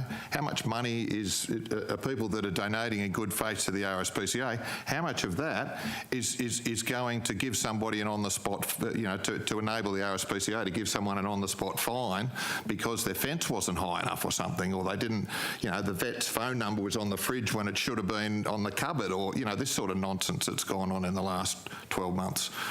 So it does make sense to have that absolutely delineated. Can I just turn to your supplementary submission that you've given us today on page 64? It's a fairly concerning letter regarding RSPCA essentially refusing to engage with the local vet where they were receiving treatment from. The animal was seized. The owner said, can we take it to the local vet? They're already under treatment. And they basically held him for 60 days, didn't give him any information. Like, for context, how many complaints like this has ACA received? Is this a one-off, or is this... No, that's not a one-off, Chair. It's usually it's a common occurrence when we do receive a complaint. Most of those complaints include where those animals are already under veterinary care or under veterinary treatment. And my last question before unless you were going to add something. Yeah, we included that particular case because that happens to be one where a member of our committee knows the person, and I have some friends who know the person personally, so we were sort of willing to guarantee that one. Whereas, to be fair, some other cases that we get, and I think Michael said that in the covering letter to the supplementary, there are many that we get where you don't know whether it's somebody, bad blood or what the reality is. We did initially in fact prior to Animal Care Australia forming, I think in another role that Mike and I had, we were meeting with Rspca New South Wales on a regular basis, and that did sort out quite a number of those in their defence.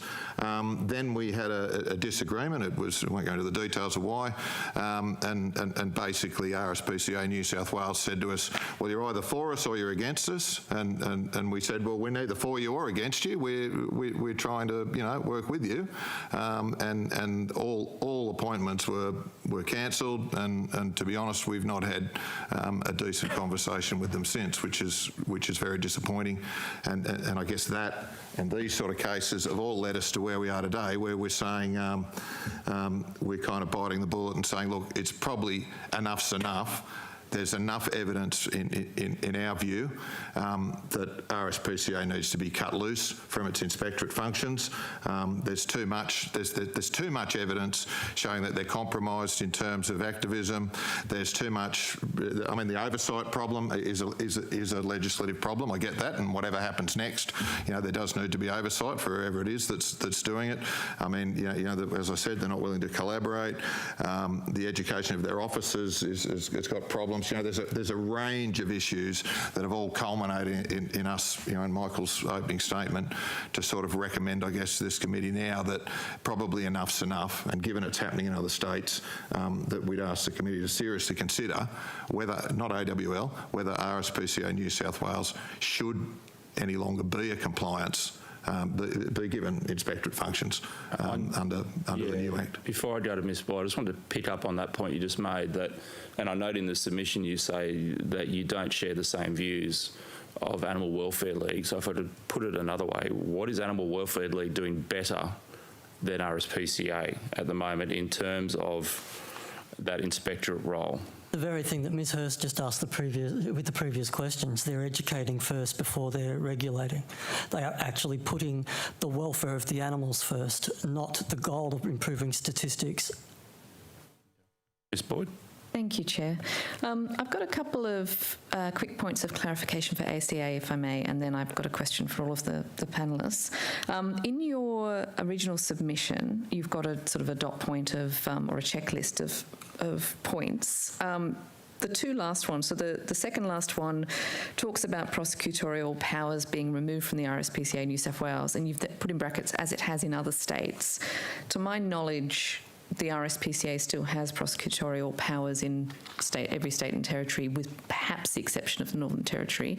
What are you referring to there? Okay, in the ACT, it's actually the DPP who actually carry out the actual prosecutions, and in Western Australia, it's actually their agricultural department that actually decide and carry out or approve prosecutions. I'm aware that under the current animal welfare review in Queensland, the same will be occurring in Queensland, that it'll be their agricultural department government that will make those decisions and continue with that prosecution. Okay, thank you. So just to clarify though, in ACT and WA, that's not a removal of prosecutorial powers? The WA's was always that way? No, the WA's was a removal back in 2019. The WA government actually very quietly just took it away, didn't announce it, didn't do anything publicly on that, and just changed the protocol within how they function. And then the one underneath that, the point underneath that, you say that the approved organisations tasked with enforcing the legislation must meet the same court-required burden of proof as the New South Wales Police Force.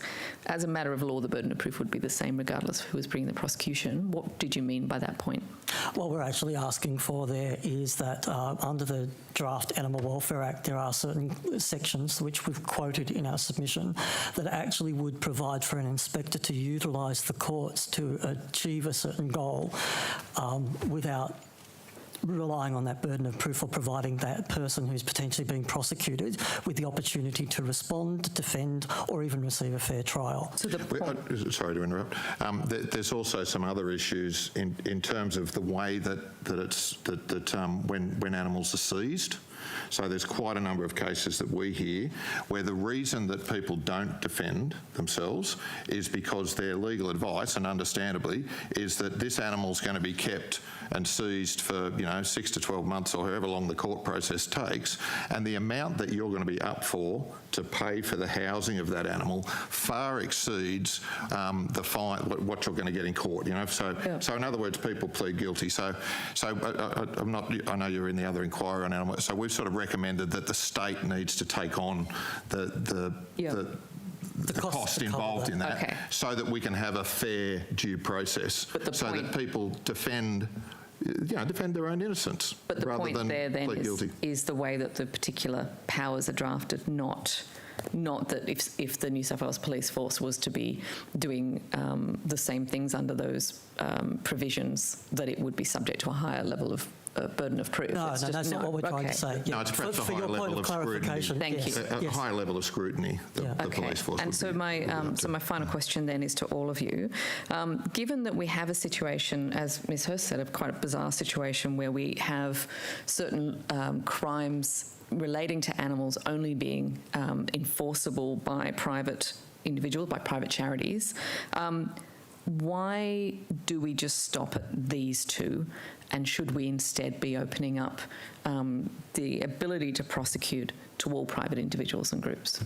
I'll start with you first, Ms. Vesk. I think that there are ways that that's managed so that it doesn't, the courts aren't burdened with, vexatious matters. And if that issue is just a citizen right, rather than extending it to other charities, then I'd support it.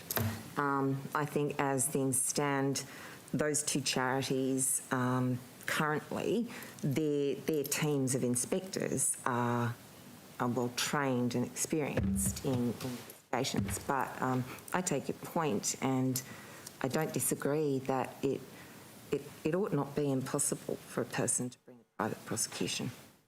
Thank you. Mr. Davis or Ms. Donnelly? I completely disagree. I would not want to see any other third parties being able to prosecute. We already have enough issues with two charitable organisations doing it, let alone opening that up to any other ideological group or anything else trying to prosecute, or potentially anybody like a neighbour who has a vendetta against their neighbour being able to attempt to prosecute either. I mean, all of those things are different options that would potentially, in your question, potentially be viable. I don't think that should be the case. Thank you. Ms. Ward. The Animal Defenders Office is on record supporting returning to a position where there were public prosecutions were available. This was the position prior to, I think, 2007 under the Prevention of Cruelty to Animals Act. It is also the position in other jurisdictions currently, including the ACT and at least 3 other jurisdictions where public prosecutions are possible.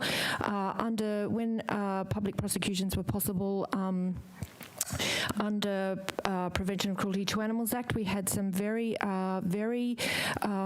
important cases that actually tested and developed the law, animal welfare law. For example, bringing a case the first case that was based on the psychological suffering of a circus wild animal held captive at the circus. So that was an extremely, and to this day is cited as a precedent for various issues under animal welfare laws.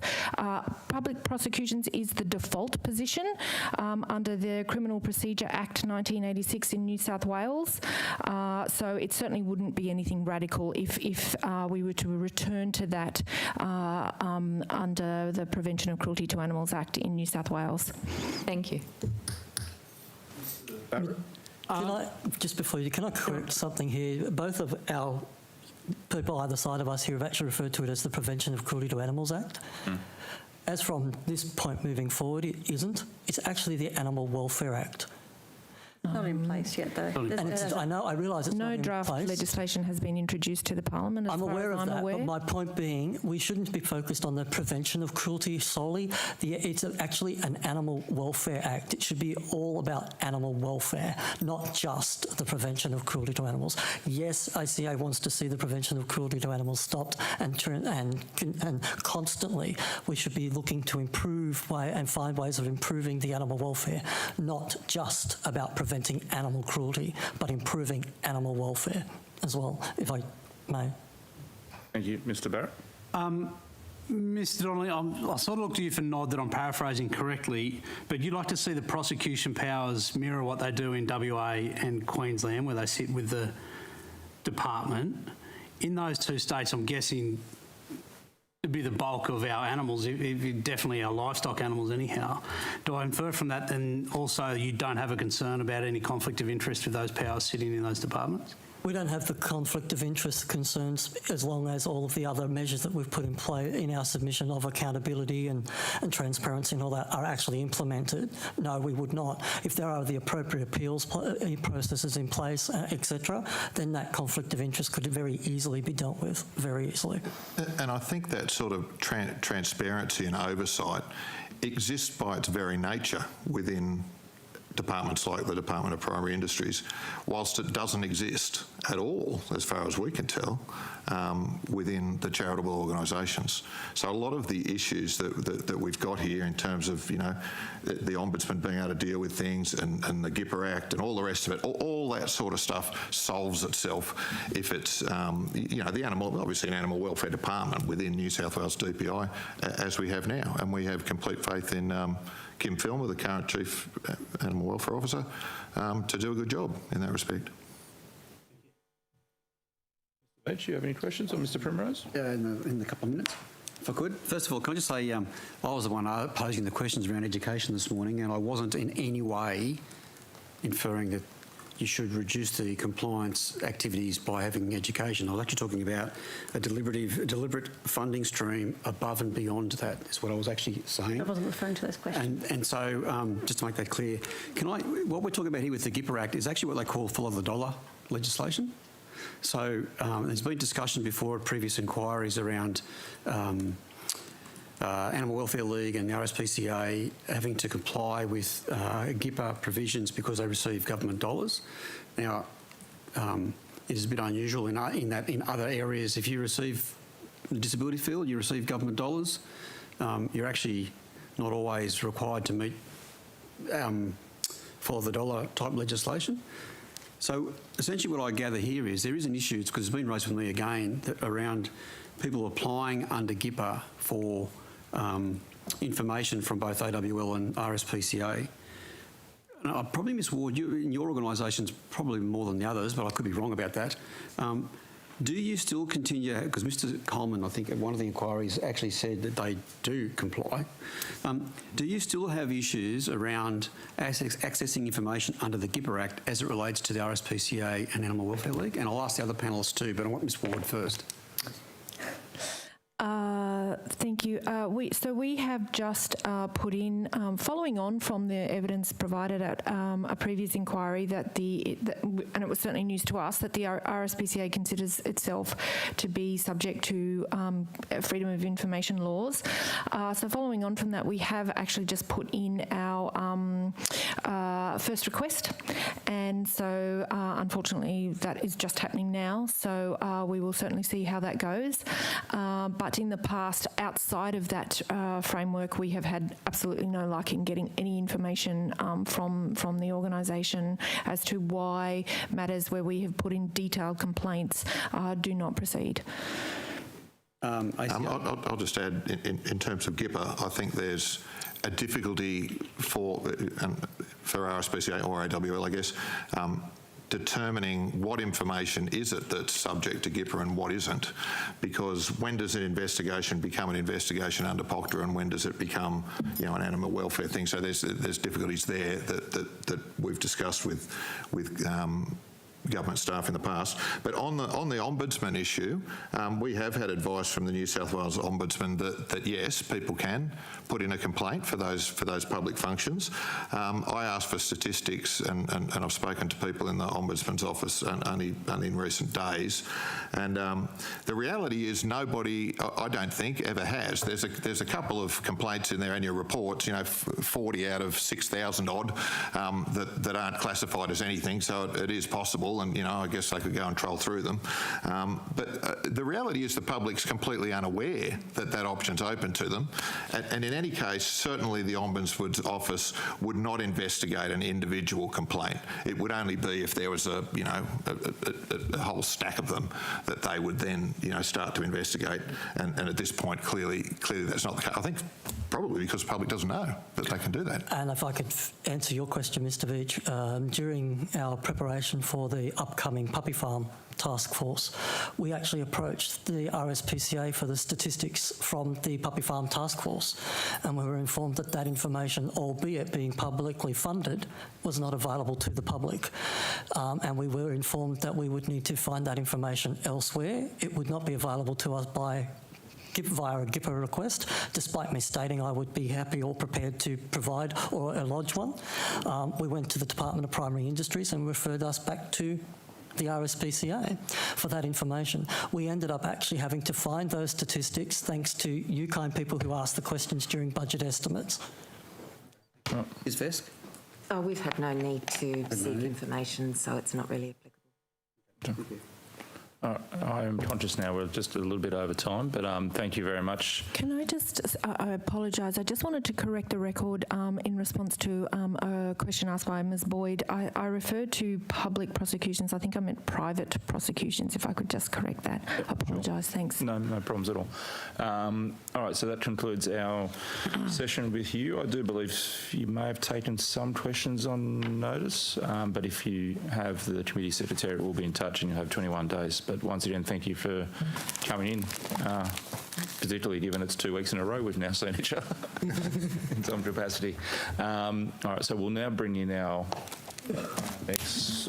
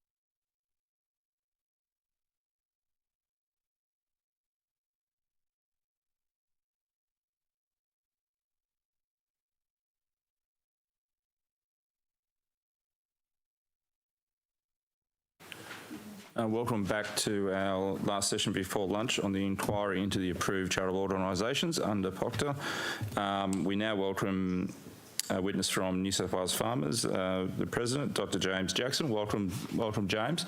Can you please state your name, position, title and swear either an oath or affirmation?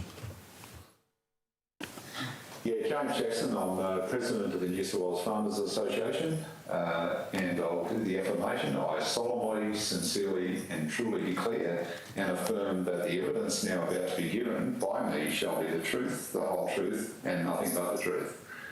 I've also got an apology for Annabelle, our Chief of Policy, whose father in trouble in hospital, so she's taken the day off. So apologies then. No problems at all. Please pass on our regards to Annabelle. Would you like to make a short opening statement? I certainly would. So thank you very much. Good afternoon, and thank you for the opportunity to present at this inquiry. My name is James Jackson. I'm President of the New South Wales Farmers and a farmer from Guyra. We actually represent the state's livestock industries, including but not limited to sheep, wool, cattle, goats, dairy, pigs, poultry industries. Now, animal welfare is of the highest importance to farmers. As the primary caregivers to animals in their production systems, farmers have a pivotal role in protecting and improving animal welfare. This is a responsibility that we take very seriously. A fit-for-purpose animal welfare legislative framework considers that one of these is enforcement. Effective enforcement is the key to building community trust in the legislative framework and confidence in the outcomes that it produces. Several principles must be adhered to for enforcement activities to be effective. First, enforcement agencies must be impartial and avoid conflicts of interest. Impartiality necessitates that enforcement bodies do not engage in advocacy, activism or public campaigns, and they can't have commercial relationships with some producers. Second, while the investigation and enforcement of criminal sanctions is a critical function of enforcement bodies, it cannot come at the expense of animal welfare outcomes. Critically, enforcement bodies must be adequately resourced and possess the necessary expertise and skill to ensure that they can effectively undertake their role. Finally, as these agencies carry out public functions, their operations and expenditure of government funds must be transparent and accountable. Non-government enforcement agencies are not currently meeting these principles. They do not meet the required standards of knowledge, transparency, impartialness or accountability required to produce the best animal welfare outcomes in New South Wales in relation to commercial livestock. As a result, community trust in animal welfare systems is not as high as it could be. There is a simple solution. Enforcement powers should be held. New South Wales Department of Primary Industry is the only potential enforcement body that possesses the necessary technical knowledge, especially in relation to animal health and biosecurity. They are uniquely capable of establishing relationships to deliver on animal welfare and ensure the positive health and care of animals are achieved while having no actual or apparent conflict of interest in fulfilling this role. New South Wales Farmers and members welcome the opportunity to comment on this inquiry and look forward to your questions on this important issue. Thank you. Thank you, James. I'll pass to Mitrovic. Yeah. Oh, sorry. Thanks, James. James, just so you know, you're dropping in and out at this end, so if we don't hear completely, we might just ask you to repeat what you said. Could you possibly email him? All good. Yeah. Yeah, and if you could email, I gather that was a prepared opening address. Yes, it is. I'll send it on to the committee. Yes. That would be excellent. That would be excellent. Thanks. I will do it. And I didn't stuff up the affirmation this time. If you do it enough, James, you get better as you go. Look, James, thanks for the submission and your opening comments. This inquiry comes about because of a recommendation from a previous inquiry back about 2016 or 17 looking at animal welfare issues. And so it was more to do with, I guess, trying to work out probably to put some accountability and rigour around the taxpayers' funds that are provided to RSPCA and Animal Welfare League, and how those funds are spent, and whether or not the public can read their annual reports sufficiently to understand just what sort of compliance activities they're undertaking, and whether it's the taxpayers are getting good value for the spend. Can I ask you? From the farmer's perspective, what sort of information would you like to see included in an annual report from the RSPCA? Well, actually, I noticed that submission society, and I think some granular information about issues, so we could look at trend lines, I think is really an obvious one that we don't really get optics on at the moment. Exactly where are the compliance issues or the compliance activities sort of framed. That doesn't necessarily. It does give you sort of an indication of essentially emerging issues so far as animal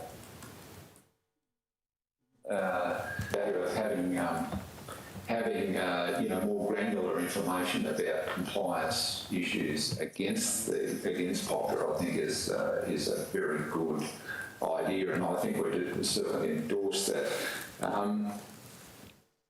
Also got to have, and the essence of our submission is about the potential conflicts and those perceived conflicts, and how they potentially corrupt the behaviour and the compliance activity of an enforcement. I mean, PCA has insurance programs and jobs with some producers. Sorry, James. So obviously, if they're going to do it, that has to be exposed, if you like, or declared. Yeah, sorry, James, you were cutting in and out there. Can I suggest you turn your video camera off? That might improve the audio. Okay, sorry. Yep. So James, hopefully you'll get a copy of the transcript. So that because Hansard will be having serious difficulty in trying to get this all down. When you receive the transcript, where it says inaudible or malfunction, whatever, you're just going to have to fill that bit in to assist everyone. Oh, okay. I'm sorry. Taking those headphones out, that may be better. Is that any better? That's heaps better. Yeah, that's good. That's good. Okay, James, can I go on then? Well, my next question is actually around, so just as an example of in the regions, the activity that the RSPCA, compliance activity the RSPCA undertake is often around sale yards and sale yard compliance. So like, I don't know, the sale of bobby calves, for instance. Do you think the presence of the RSPCA at the sale yards is adequate and sufficient? And does it provide enough, I guess, of a warning for people around their obligations when they take stock to sale yards?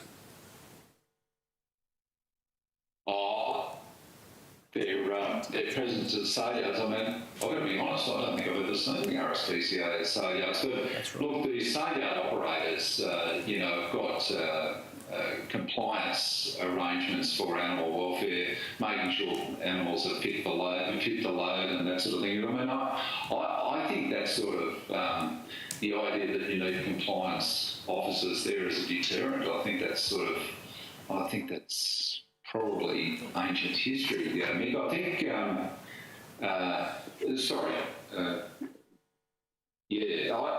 I think that's possibly ancient history. I mean, I think we have, compliance and procedures within the sale yards operating arrangements that essentially get a feedback loop on, animals that are unfit to load, or, animals with a cancer or something that shouldn't have been put on the truck. I think compliance is actually getting better. I see less of those cases at sale yards the times that I go to them, and I think that feedback loop actually with the compliance officers is actually working quite well, because we as livestock producers understand that animals, presented at a sale that are not, that have a cancer or, should have been destroyed or something like that, we understand that undermines industry confidence. So we've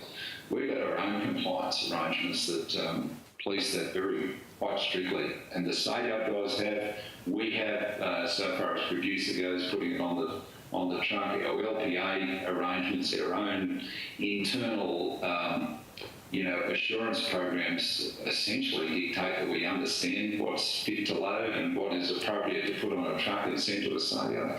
So that sort of activity, I think, and having the Rspca there, probably, I've got to say, probably a waste of time, to be honest. I think, we do import still of animals that shouldn't be at the sale yards, and there is a feedback to those people, fairly strong feedback to those people to, improve their game, if you like. James, my last question, which you will probably have to take on notice, but it relates to making applications under the GIPA Act, the Government Information Act in New South Wales. Has New South Wales farmers ever had need to access that provision by asking for information from the Rspca? That's the first thing. And the second thing is, if that was available, would you see need for your organisation to maybe access that arrangement? And you may have to take that on notice. Yeah, look, thanks for the heads up. Yeah, I think I do have to take that on notice. I'm not aware of any case that we've asked for, information from the Rspca. I will say that those animal welfare panels, essentially get that connection going okay, and get some clarity on a lot of the issues around a lot of the livestock cases, if you like, and get an understanding of all the moving parts. So I think, as a process in enforcement, I think the animal welfare panels have been a triumph, and they're a little bit unique, I think, in New South Wales, and I think you should be pretty proud of that piece of the legislation, to be honest. I think it works okay, and it makes the functioning of the enforcement of the Act, I think it takes people with them. So, yeah, I will take it on notice. Whether we've actually accessed that and whether we'd like to have easier access to, enforcement activities. But, yeah, my gut feeling is probably that we've done it, and that those animal welfare panels sort of create that communication arrangements with Rspca, especially, who we mainly deal with. The Animal Welfare League is mainly operating in Sydney, although there's one on the Southern Tablelands, I believe. But so I haven't had meetings with the Animal Welfare League, but it's mainly with the Rspca. So I'll take that on notice. Thanks, James. Mr. Barrett? Mr. Jackson, we heard earlier that suggestions to, your submission suggests putting enforcement powers back into DPI. We heard suggestions earlier that wouldn't be the right thing to do because they should sit with people who put animal interests first, not the users.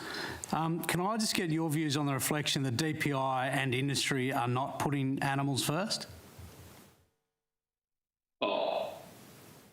And I think that the premise of the idea that the interests of the animals and the animals' owners are not aligned with respect to animal welfare is essentially the premise that is false. I mean, there's no evidence to suggest that our interests aren't aligned, and there's a huge amount of peer-reviewed evidence to say that animals well looked after actually are more productive and more profitable. So that connection, or that idea that, you know, essentially you make more money out of abusing animals is simply not the case. It never has been the case, and it's certainly not a principle that sort of underpins most of agriculture. Now, having said that, there are people who really shouldn't have animals, and you know, the POCTA Act, I think, sorts them out. And you know, we actually approved the increase in some of the penalties about you know, excluding people from owning animals and those sort of things. So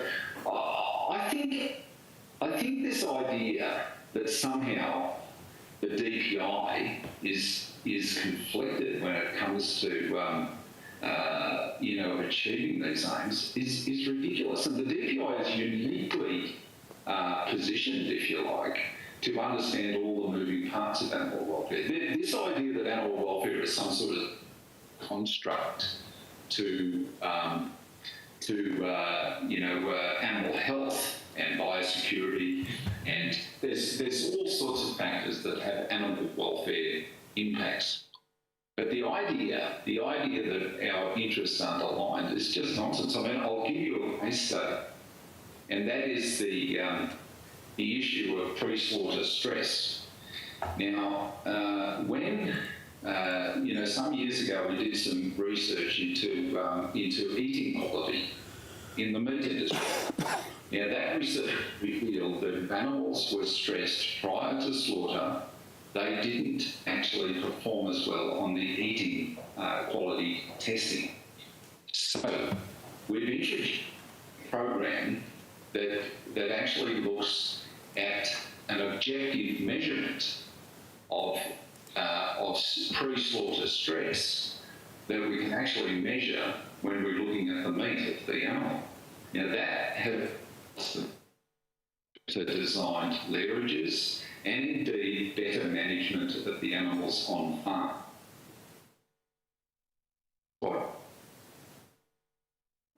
Those animals are not dark colours, you know, have a MSA grading that is higher. So our interests, our economic interests, are directly aligned with the welfare of those animals pre-slaughter. It's a case study that I think is a perfect example of where, you know, we've got an objective measurement now to actually drive behaviour change that has improved those supply chains and improved the welfare of animals pre-slaughter. That's a case study. It's irrefutable. There's huge amounts of evidence around that now, and there's a lot of changes that have happened in that supply chain that have delivered those outcomes. Now, a body like the DPI are the appropriate body to look at the metrics, if you like, on the MSA grading of animals that are going through the abattoir. That gives you an objective assessment of how well we're achieving those aims. It's brilliant. It's brilliant. It's really good for the animals. There's no two ways about it. And yeah, there's that relationship, if you like, between our economic interests and the welfare of the animals. Can we also touch on the overlap there with biosecurity as well, between animal welfare and biosecurity? Which I know you did bring up in a previous, Absolutely. Look, the biosecurity arrangements, and it's interesting. I've just filled out a submission to David Littleproud's National Biosecurity Strategy, and we've actually pointed this out that you know, essentially, incursions of animal diseases into this country potentially have huge impacts on animal welfare outcomes, basically through that health connection. It's through that health connection. And, you know, the idea that, you know, an incursion of foot and mouth disease in this country, if you've ever seen footage of foot and mouth disease, you know, it causes erosions and ulcers on the mouth of animals and on the feet of animals, and they are very distressed for some time. A number of them do die. Morbidity, or the incidence of it in a flock, is quite high. The mortality is variable depending on the species, but it does hurt animals. So stopping something like foot and mouth disease coming into the country has got quite a beneficial effect on avoiding animal welfare concerns. So absolutely, I mean, one of the core reasons why you actually have biosecurity is to stop that. It's useful for marketing, and there's no two ways about it. If foot and mouth disease gets into this country, it's not in my economic interests. It's not in farmers' interests. We will take a huge hit on our bottom line. So again, it's another case study in the fact that the interests of the animal and our economic interests are very much aligned. Thank you, James. Can I just pick up on and invite you to maybe do another case study? In your submission, you talked about having concerns around the 3-year statutory limitation period. We heard evidence from Rspca this morning where they said they thought the 3-year got the balance right. Have you got any examples where you would say that it actually has adverse implications for animal welfare in terms of, you sort of mentioned that in your submission, that having that 3-year statutory period has a potential to have adverse impacts? Oh, I mean, the classic case study is the live export debacle, you know, where various people stockpiled footage and, you know, cases of, animal welfare abuses, they stockpile them to their commercial advantage. Now, that is unacceptable. That is unacceptable for the animals. I mean, you know, if there is a case to be made against somebody, and the evidence is there, it should be put in front of the authorities ASAP. It cannot be warehoused. You cannot cross over compliance activity with some sort of advocacy or advocacy agenda. Okay. To create on the television or maximise the commercial implications of that footage or of that situation. So absolutely, you know, if those case studies or those incidents are sort of sat on, it's reprehensible. It's morally not. It's not acceptable. It's not acceptable. Well, I don't know anybody who's sort of tried to defend that. You know, essentially they just looked at their boots, you know, when you bring that up, you know, in some sort of degree of shame. It is shameful. It's shameful. Thank you, James. I'm just looking at anyone else for questions. I think that covers us, and it gets us pretty much up to 12:45. So thank you for appearing, or be it via WebEx. I think you may have taken 1 or 2 questions on notice, so the committee secretariat will be in touch, and you'll have 21 days to get back to us. But thank you for your time once again, James. I know it's been twice in 2 weeks, but we appreciate it. Thank you. Thanks for the opportunity. Appreciate it. Thanks.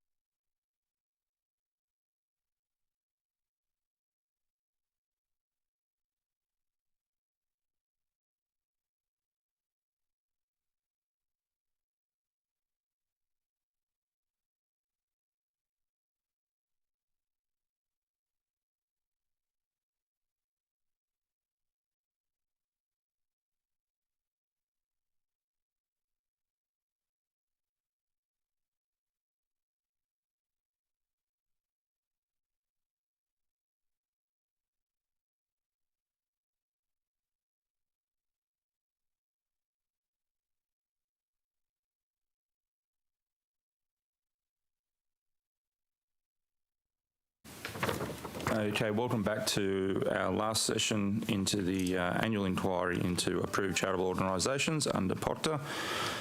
We now welcome witnesses from the Department of Primary Industries and the Director General for Biosecurity and Food and Safety. Starting with you, Mr. Hanson, can you state your name, position, title and swear either an oath or affirmation? Thank you, Chair. Scott Hanson, Director General, New South Wales Department of Primary Industries. I swear that the evidence now about to be given by me shall be the truth, the whole truth and nothing but the truth, so help me God. Thank you. Dr. Kim Filmer. Dr. Kim Filmer, Chief Animal Welfare Officer, New South Wales DPI. I solemnly, sincerely and truly declare and affirm that the evidence now about to be given by me shall be the truth, the whole truth and nothing but the truth. Thank you. And Dr. John Tracy. Thank you, Chair. John Tracy, Deputy Director General, Biosecurity and Food Safety for the Department of Primary Industries. I solemnly, sincerely and truly declare and affirm that the evidence now about to be given by me shall be the truth, the whole truth and nothing but the truth. Thank you. Now, did you want to make an opening statement, Mr. Hanson, or just want to throw straight to questions? Let's have we go straight to questions because I know that there's some time constraints on a couple of members. Yeah, sure. Thank you. Speaking of time constraints, I'm sorry, I will have to go at 2 o'clock, but Mr. Hanson, this morning, both Rspca and Animal Welfare League were here. We had the opportunity to explore with them their funding, and as Ms Hurst has pointed out, between them is about $500,000 annually. I think $75,000 for AWL and $425 for Rspca. Mr. Hanson, just how is that funding amount determined? And what's the process for the annual funding? Is there a bid process? Is there a discussion over a cup of coffee? Is there some sort of more formalised process the Treasury would like? So what's the formula that provides that money for those two agencies, and what's the annual process for them to determine what that money will be? Thanks for the question. It is actually a historical allocation, determination that goes back, and we're actually trying to find, for the purposes of preparation today, the sort of original sort of description or basis for, and we're still yet to turn up that original description or basis for. And it should be pointed out that there's actually that category of grants for animal welfare agencies. Actually, there's more than just Rspca and Animal Welfare League that receive grants out of it. So there's obviously Rspca, the largest of the organisations, and as you pointed out, their grant is at $424,000. Animal Welfare League, which receives $75,000. There's also the Cat Protection Society receives $15,000. Wires receives... Sorry, can I just interrupt to say, is that for enforcement of the Prevention of Cruelty to Animals Act? No, so all of these are grants purely for the purposes of animal welfare and aren't tied to enforcement or compliance activities. I think as we've talked about in previous questions around this committee, it's not as though we procure the services of Rspca or Animal Welfare League in the provision of enforcement and compliance activities. There is a grant that we provide them annually, and then there is them being accredited enforcement agencies under the Act in terms of their compliance and enforcement activities. So the two are not, so there's no nexus between the $424,000 to the Rspca and their obligations under POCTA? That money's not tied in any way through MOU or others in terms of that allocation. It is purely a grant to, as I said, it's part of a number of grants that are made by the department out of its consolidated revenue that we receive from Treasury for the purposes of animal welfare, and is a historical allocation. Okay, so $424,000. And sorry, there was one more I just missed, just for completeness. There's the Domestic Animal Birth Control Society, who receives $3,000. Okay. Okay, so the Rspca received $424,000 on an annual basis. We're not sure of how that originally came about, the funding formula. Is there a contract or a letter or a deed or some arrangement that comes with that money, with expectations itemised as to how it should be spent? Not that I'm aware of, no. It's completely untied? It's a grant, and that grant is for the purposes of animal welfare activities in the state of New South Wales. But so we don't stipulate what they will be each year. It's a very broad statement. That's my understanding. I might ask Ms. Filmer or Dr. Tracy if they have anything else they want to add on that. We do receive feedback from Animal Welfare League and Rspca about how they've spent that money, but as you can imagine, that amount, and they're usually pointing to using it for inspectoral functions. So is there an acquittal then? So last series of questions are about what comes with the money up front. At the end of it, do we have an expectation that there'll be an acquittal provided, even a rudimentary acquittal? Yes, we do get a letter back from each of the organisations stating what they've used the money for. Is that? I mean, it's a bit hard to audit a $75,000. It costs more than that just to have it audited. But I guess in the discussions around each year with the funding that's going to be made available, do you have just very broad conversations with the agencies around? Look, it'd be really good this year if you could, I don't know, focus on sale yards or I don't know, cats or something. Like, do we in any way sort of provide a bit of colour to the money we're providing? We have ongoing dialogue with both of those organisations throughout the year. So it's not just at the beginning of the year we say, this is what you need to spend the money on. That money is spent by the organisations in the way that they see fit. But we do have ongoing dialogue with them about areas of need. So if something arises or something is becoming an issue or something causing concern, then that becomes part of the ongoing dialogue that we have with them throughout the year. Okay. So then if we move on then to say specific funding such as the puppy farm task force that was established.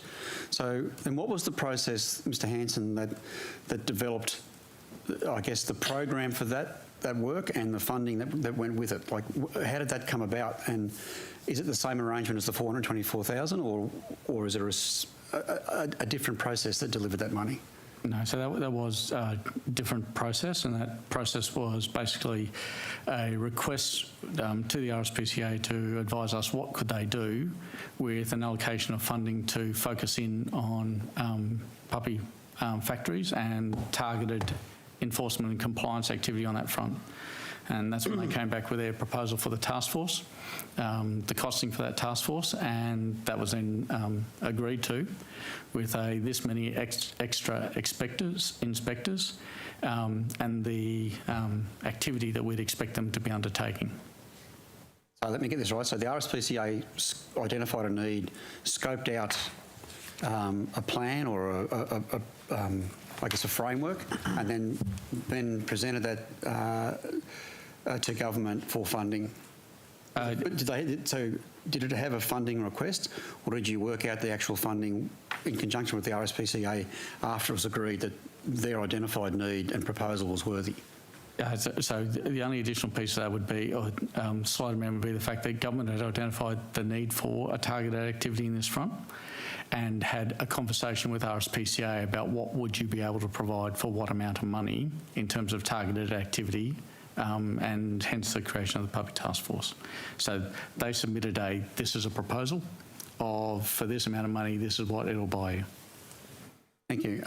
So I just want to move on to something else completely different. I've been this morning, so I'm particularly impressed with the Animal Welfare League's mobile vet truck, the MV2 they have, particularly after observing it in action up at Alstonville at the DPI site there. We heard this morning that the way essentially DPI reaches out to Animal Welfare League and Rspca in these sort of extreme events to come and provide their services. Is there a contribution from government to assist them in this process? Is it full cost recovery, or do they bear the cost completely from within their own funds? Yeah, I might throw to Dr. Tracy, but for all of those activities, and in fact, even for the purposes of provision of pet food during emergencies at shelters and so forth that they man for us, there are additional payments that are made throughout the year by the department. So the grant payment is one payment. Then there is recouping of costs and expenses for certain activities throughout that year as well. But I might just refer to Dr. Tracy to talk about how we set up the funding arrangements for provision of services by Animal Welfare League and Rspca during emergency situations. Thanks. Thanks for the opportunity, and the question. So that's right. So in terms of assistance that we provide any organisation participating in an emergency, that's all sort of overseen. We follow the rules in terms of the New South Wales Disaster Assistance Guidelines. So what that means is that while we don't cover permanent staff, what we do cover is any additional staff that need to be put on and any of their costs, consumables, overtime, travel, accommodation associated with the response. Once they're in the response and we stand them up, their costs are covered, and that's typical for all organisations who engage in emergency activity. I think I might leave it there. Thank you. I'm happy to go. Thank you. Good afternoon. Thank you all for coming. We heard this morning from both of the charities, the Animal Welfare League and the Rspca, that they have requested a review of that allocation of money and an increase in the allocation of money. And that I'm talking not about additional grants, but about that 75,000 and the 424,000. I'm wondering what happened from the department's perspective about those requests and why nothing has come off those requests to date. Yeah, thanks. And I'll throw to my two colleagues because I did, it was pointed out to me in today's earlier sessions that comment was made by both. I've not had any, I'm not aware of any requests from either Rspca, New South Wales, nor Animal Welfare League for additional funding or an uplift to that grant funding. We have talked about specific projects and activities such as the task force and so forth, but I'm not aware of any requests have made to review and consider that grant funding. So I might see maybe it's been... Just for clarity, I think Mr Slater from Animal Welfare League said it was an informal request. He said it was informal. Rspca didn't give it, didn't indicate. Okay, and again, I'm sorry, I'm not aware of any requests that's been made, but I might ask either Dr Tracy or Dr Filmer if they've aware of any. I guess I'm not aware. Yes, Kim. Well, I have probably a lot more interaction with both organisations, and in general discussion. Often there's discussion around what you could do if you had more, and I guess in this field, like a lot of fields, there's never too much funding, that's for sure. And so in terms of general discussion around what could be done, there are sometimes discussions around that, but there's been no formal request, as Mark Slater indicated, for an increase in funding. So yeah, general informal discussion, I guess, is probably the right way to describe it. And so you don't recall a formal request from the Rspca either? No, there's been nothing formal. Very recently in budget estimates, and I understand this was very recent, we were only in budget estimates just a couple of weeks ago, but the Minister did agree to review the funding that's provided to the two charities. Are you aware within the department of this agreement that was made at budget estimates, and has any work started on that? Totally aware of the agreement. I think I was sitting not too far away from him at the time when that happened, and where a lot of things have been happening since then in terms of emergency responses. It is still high on the radar. In fact, it was subject of conversation just today between myself and the Minister in terms of ensuring that we proceed with that review. So there is an agreement to commit to that review, and that will be starting fairly soon, or do you have any other details you can provide us? No, that's as much as I have at the moment that I can provide. We heard today evidence from both of the charities that they're often unable to take calls outside of office hours after 5 p.m. There's nobody there to take on emergency calls. And so obviously there's a lot of complaints that aren't dealt with sort of ASAP when sometimes they have to be. They also talked about having to make difficult decisions in regards to which is, by triaging and working out which is the most urgent cruelty complaint to deal with. Were you aware of this before you had come to the inquiry, that it's not something that's personed 24/7, and that because of staff shortages that they have to make difficult calls in regards to what to respond to?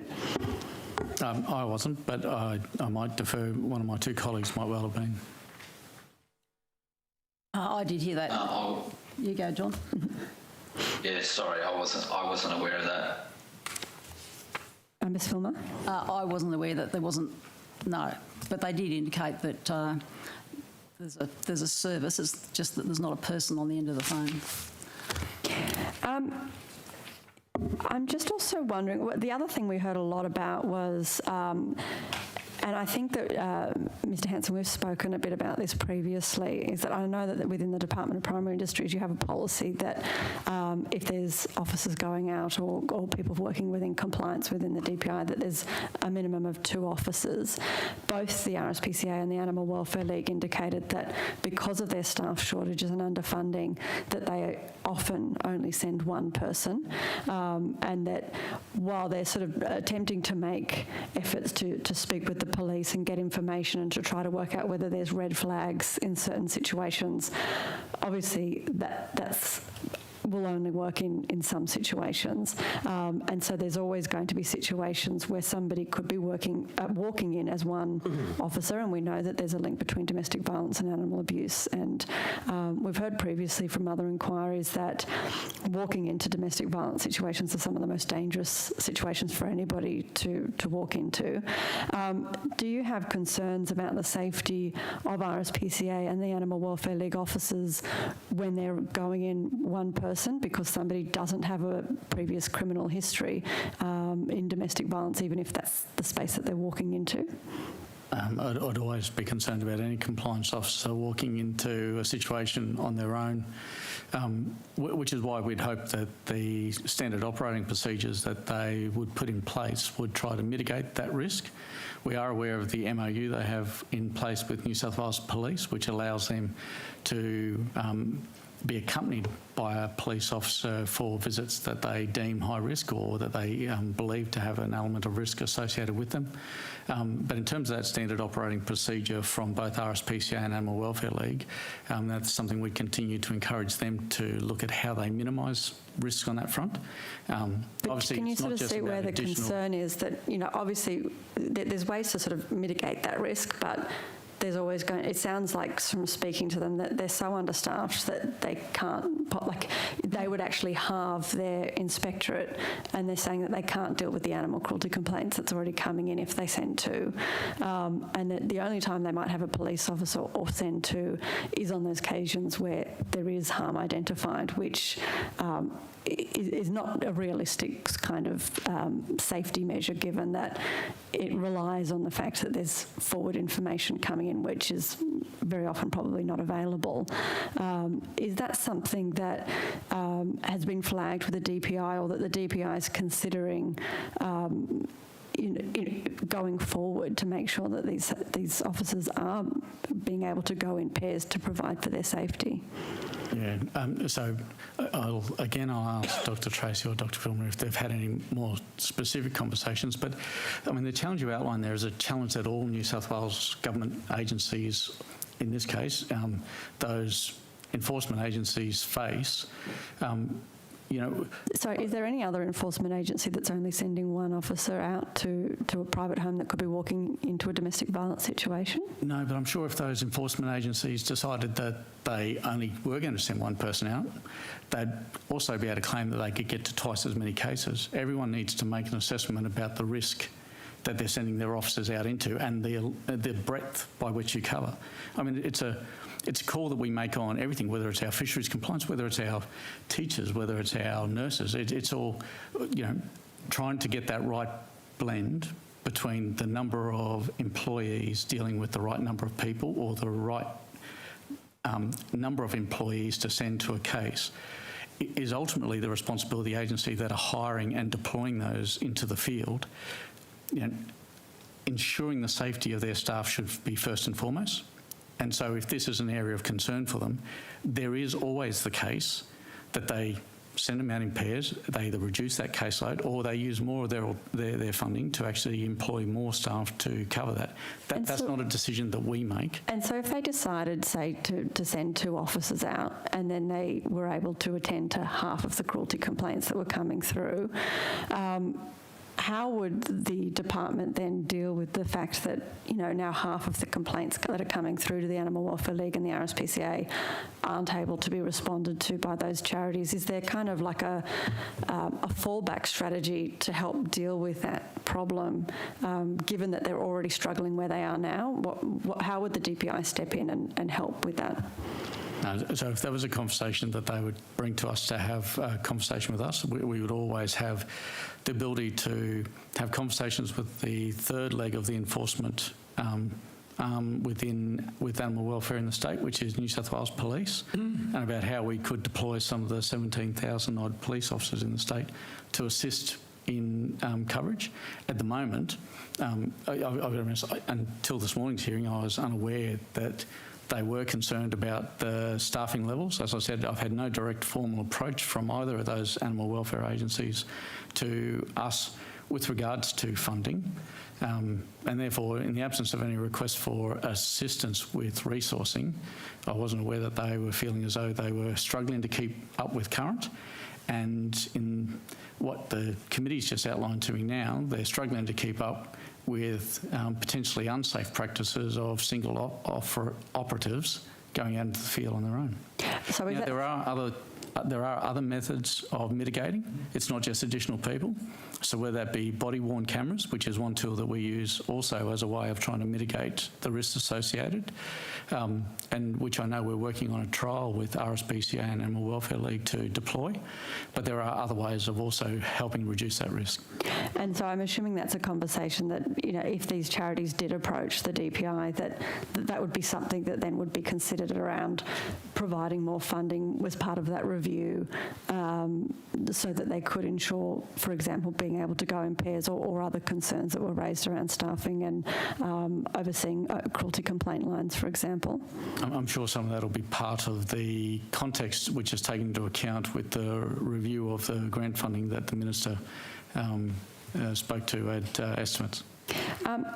And I guess, obviously we do have the police as well, but I'm just wondering if you're aware if the police have the same sort of access to emergency housing for animals, or whether they're skilled or trained to deal specifically with animal cruelty complaints in the same way that the RSPCA and the Animal Welfare League officers are.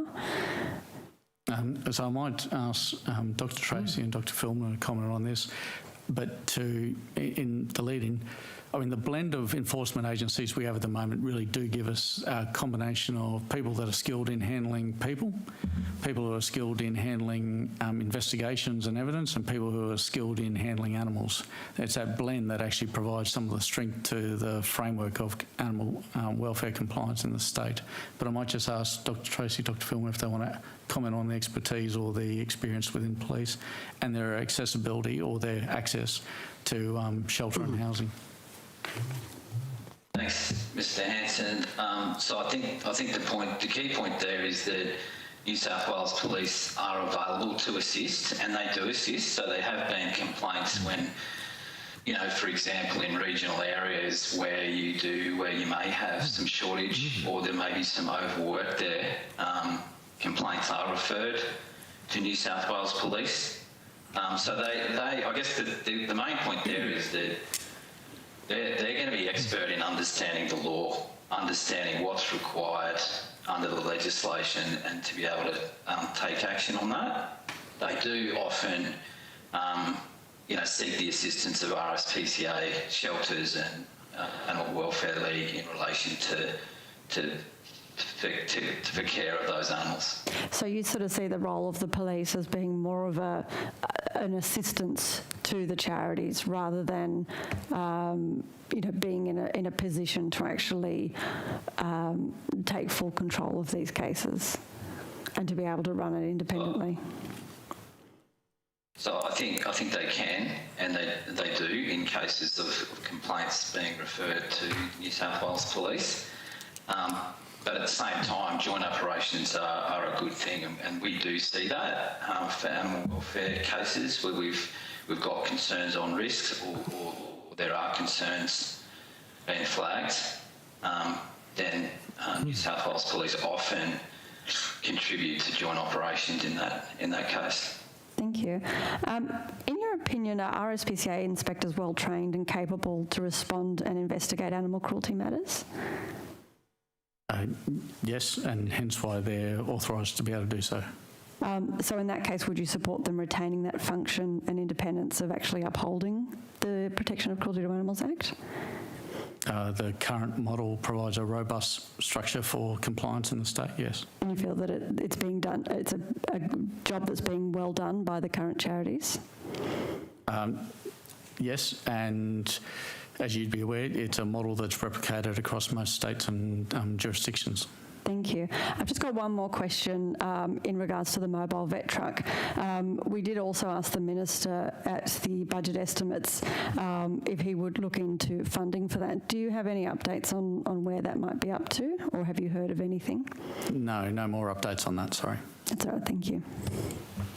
I might just ask a couple of questions, just try and round out that line of questioning around the review that the Minister committed to. So we've got an absence of, we don't know where this document may be, this historical document that sort of outlined the 425,000. We're going to do a review.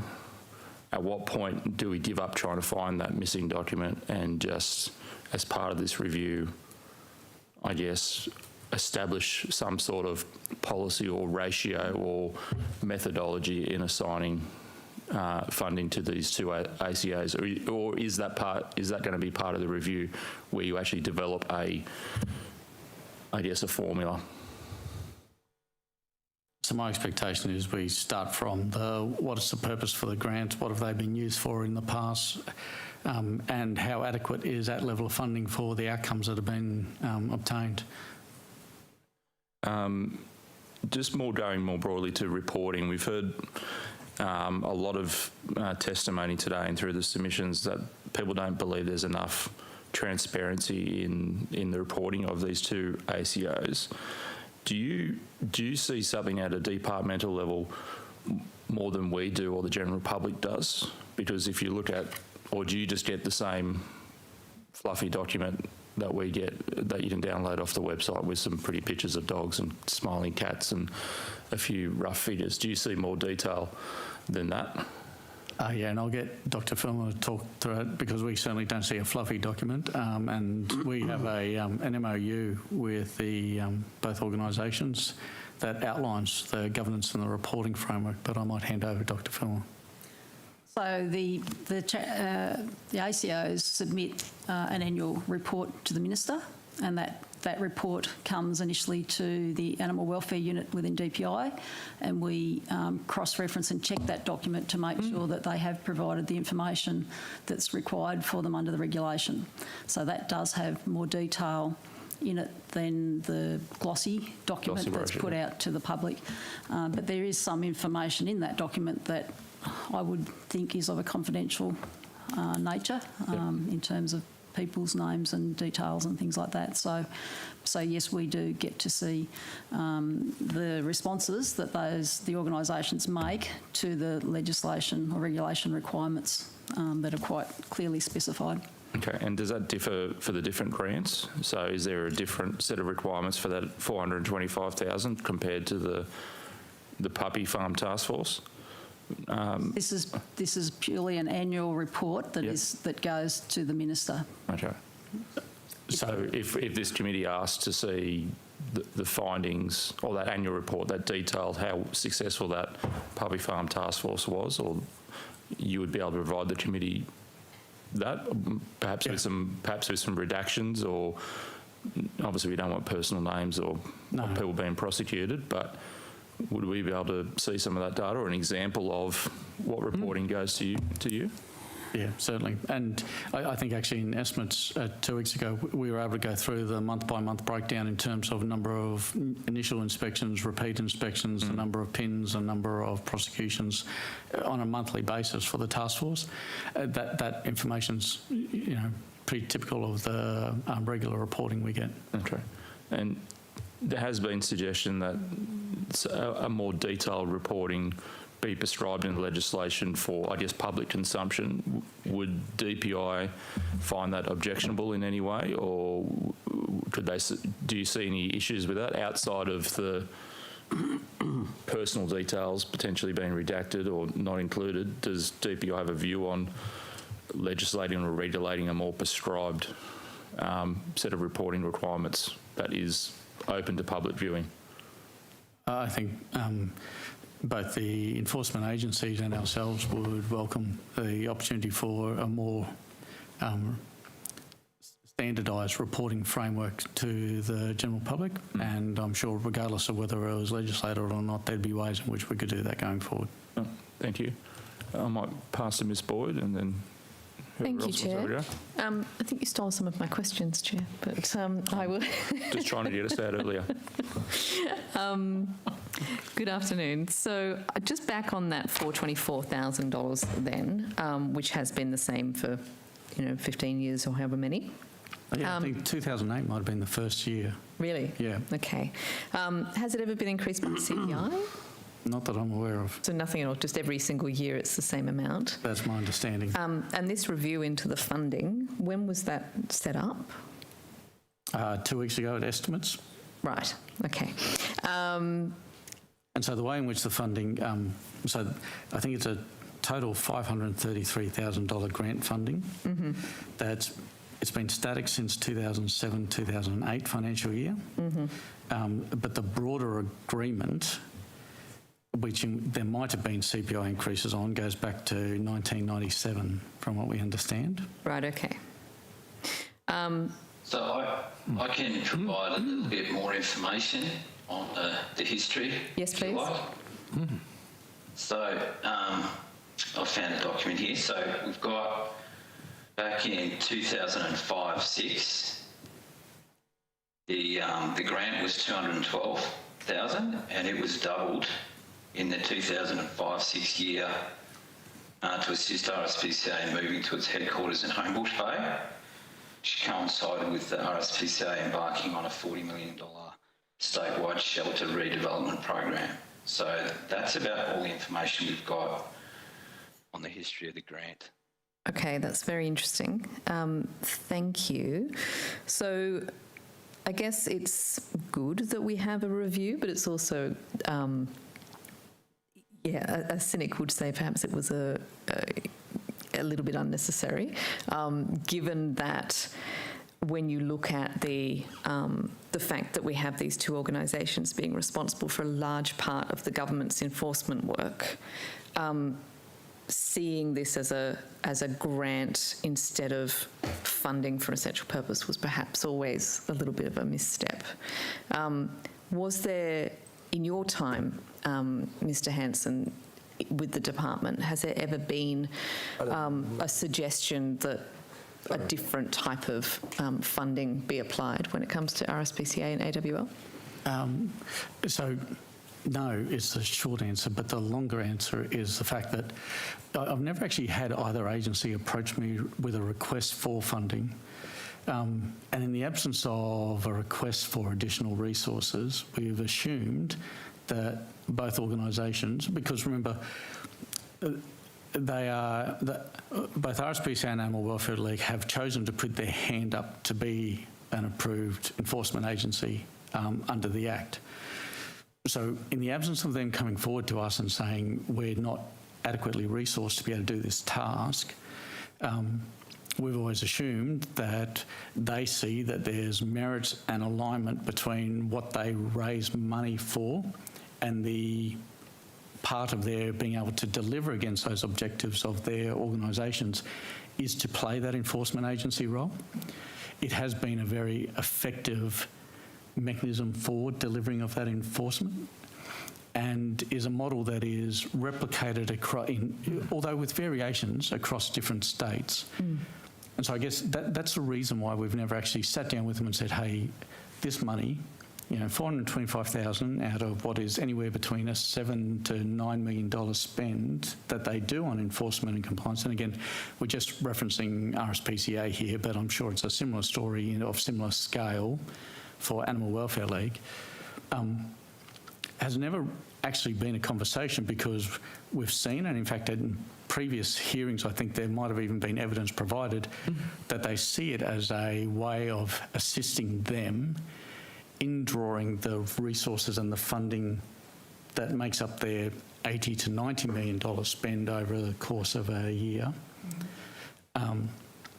So we've never had reason to actually sit down and say to them what level of funding would make this work better for you.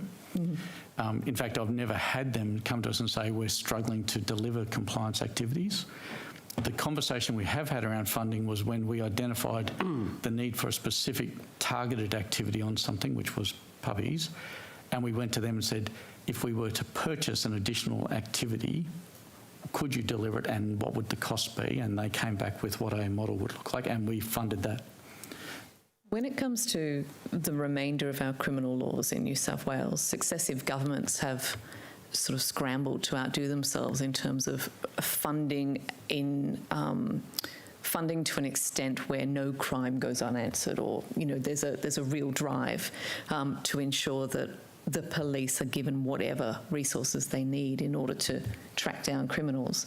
Why do you think there's such a different attitude when it comes to animal crime? Not crime by animals, crime to animals.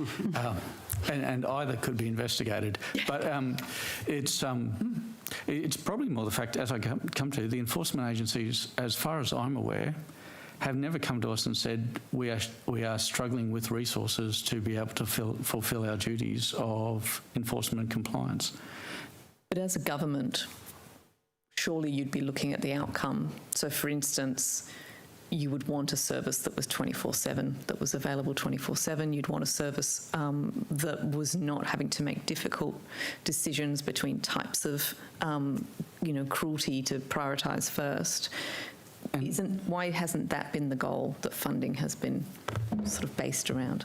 And again, it's the fact that if someone wanted to make a phone call at 2 o'clock in the morning to report animal welfare, animal cruelty, one of our 3 enforcement agencies mans their phone 24/7. That's New South Wales Police. So they could call police to respond to those. It's not as though Rspca and Animal Welfare League are the only tools in the toolbox for the New South Wales government in actually delivering compliance and enforcement to animal welfare laws in the state. So there's always been this scalability of being able to use the New South Wales Police Force, in addition to the fact that those enforcement agencies have never put their hand up before to say, we have a problem with resourcing. That is probably why, back to your original question, we've never had the cause to sit down and say, let's review the level of these grants. The Honourable Scott Barrett. Thank you. Mr Hanson, first of all, I guess, do you also invest other money in educating industry on animal welfare practices, not in lieu of the enforcement authorities, but also just invest in, educating industry on the best practices? The best compliance is self-compliance, and therefore, having people aware of what does good compliance look like is definitely something that we've invested in. We've invested in the facilities for the animal welfare agencies, or for Rspca and Animal Welfare League, to be able to communicate and educate broader sections of the community as well. In addition to that, industries themselves have set up their own third-party certification schemes, their own education, own training, own approval accreditation programs to help validate both to fellow participants in the industry, to supply chain partners and to customers, the animal welfare activities that they undertake. So the work that is done on the sharp end of the compliance activities by the New South Wales Police, Rspca, or Animal Welfare League is only a fraction of the work that gets done every day across the state by either people doing their own self-compliance or having third-party auditors as part of industry programs or supply chain programs or customer programs on animal welfare and checks. That's by far the bulk of the animal welfare checks that are done across the state on a daily basis. And is it felt by doing that you're sort of reducing the load on those organisations so they can focus on those really bad cases?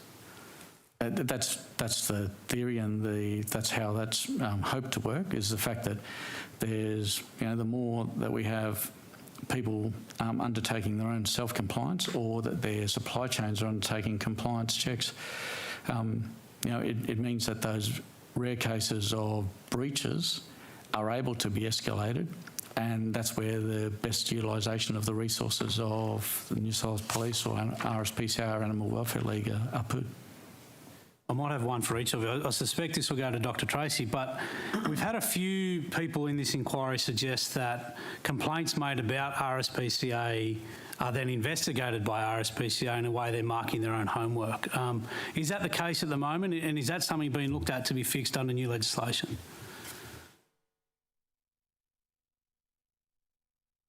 So thank you for the question. So it's true that complaints about RSPCA are referred to RSPCA in the first instance. So I think that's true of many organisations. And I think this issue has come up, and it is something that is being looked at as part of the review as well. Okay. Sorry, just one final question, possibly for you, Dr. Filmer. It was suggested in another context of giving DPI more powers that, no, that shouldn't happen, that they should go to people who put animal interests first above the users. Your reflections on the implication that your department doesn't put animal interests in front of the users? Well, I would disagree with that, obviously. Of course, our department puts the animal interests for animal welfare up front and centre. It's so important for the social licence for all of industries, so it's really important. I might just go a step further. I mean, we've got some very passionate people in our animal welfare unit within the department who are instinctively drawn to the department because of the work in animal welfare space. Many of them come with backgrounds from RSPCA or other animal charity organisations. But they come with the purpose to try to ensure that the enforcement of, well, firstly, the standards and the rules by which we operate are appropriate, and then that the enforcement and compliance activities are carried out appropriately. Part of that's reflected in the close working relationship we have with the enforcement agencies of RSPCA and Animal Welfare League. Part of it's also reflected in the fact that, during what have been some of the very worst of recent droughts, we've actually had some remarkably good outcomes with regards to animal welfare across the state compared to previously. And that's because of the collaborative working arrangement that allows us to intervene quickly, intervene early, and bring together not just those in the department that are passionate about animal welfare, which is everyone who works in our department, but brings in the technical specialists that allow us to work out nutritional arrangements, the veterinary care, all of that together into a package that helps people through, whether it be fire, flood, drought, or just poor animal welfare management. I have a couple more questions, but I'm happy to go to someone else so as to not... I've got some follow-up questions, but I'm not sure if anybody else who hasn't... Did you want to go first and then I'll... I guess just following up from that then, the benefits that we've received from the stock welfare panels and the engagement of industry and the RSPCA in particular on that, have we got some good wins out of this? We've been, I guess, animal welfare wins and industry wins? Yeah, very much so. And I mean, when we talk about wins, what we're talking about there is quick and early intervention to improve the welfare of those animals, and then taking appropriate actions where, as I said, they're appropriate with regards to the owners of those stock.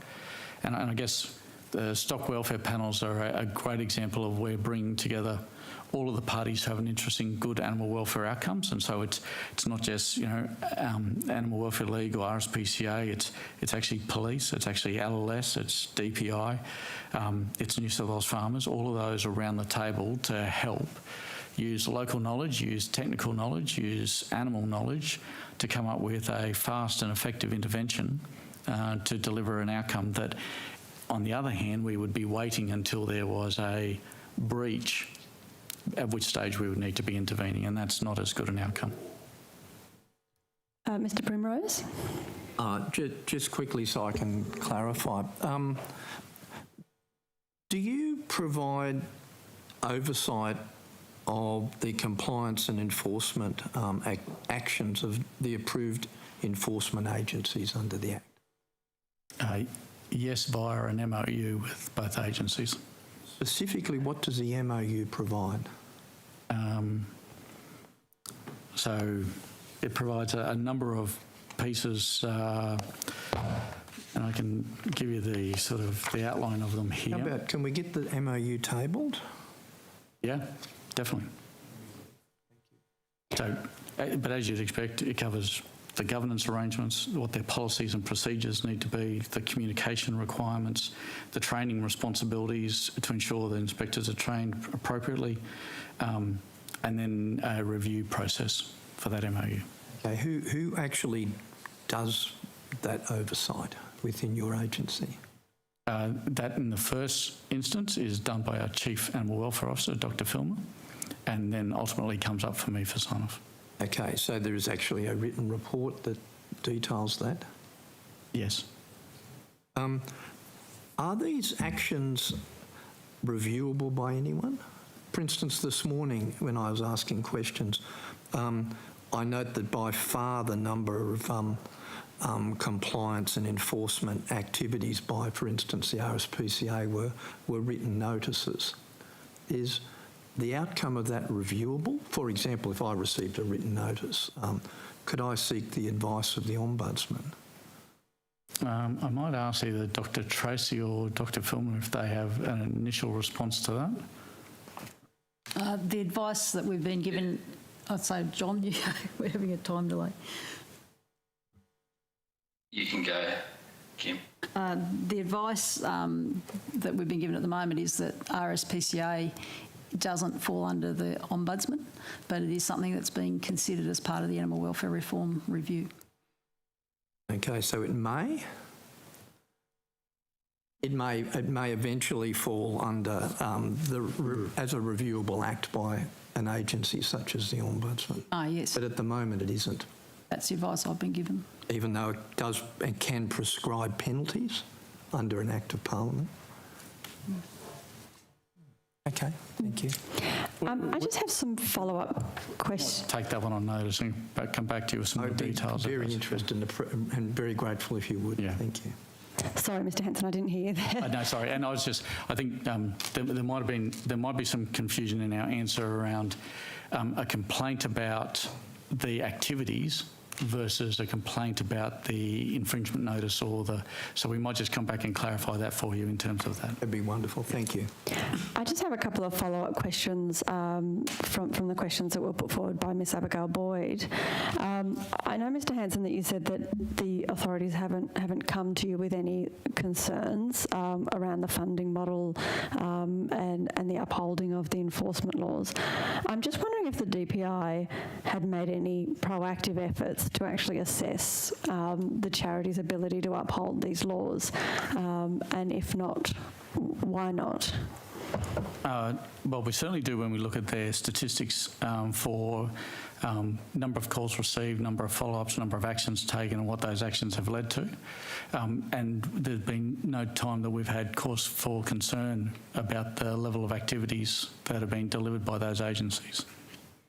I also want ask as well a little bit about actually sort of just further on to that, so there was never sort of any efforts by the DPI to actually sit down and review and actually ask the RSPCA some of the questions that we've asked today in this inquiry about the funding, where the funding's used, anything, their staffing. There's been no actions from the DPI to assess that? So there's certainly been actions in having a look at the outcomes that they produce, and that's obviously captured in the reporting requirements that they need to provide through to us. If we had seen problems within those deliverables, we would have had a conversation about what was the problem, what was the issue. But outside of that, when you have an agency or an organisation that's delivering a good enforcement and compliance approach, which I think we covered in a previous question that you asked, and they're doing that in a well-resourced, I mean, they spend between, we're talking RSPCA, but I think it's between 7 and 9 million in terms of the amount of money they spend on enforcement.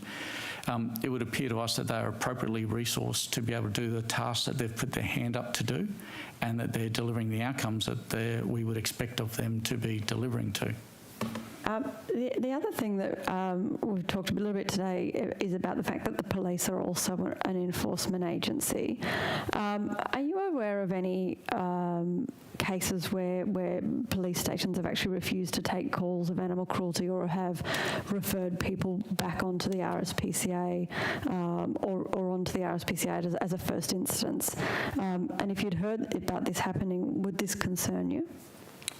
I haven't heard of any cases. I might ask Dr. Tracy or Dr. Filmer if they've ever heard of.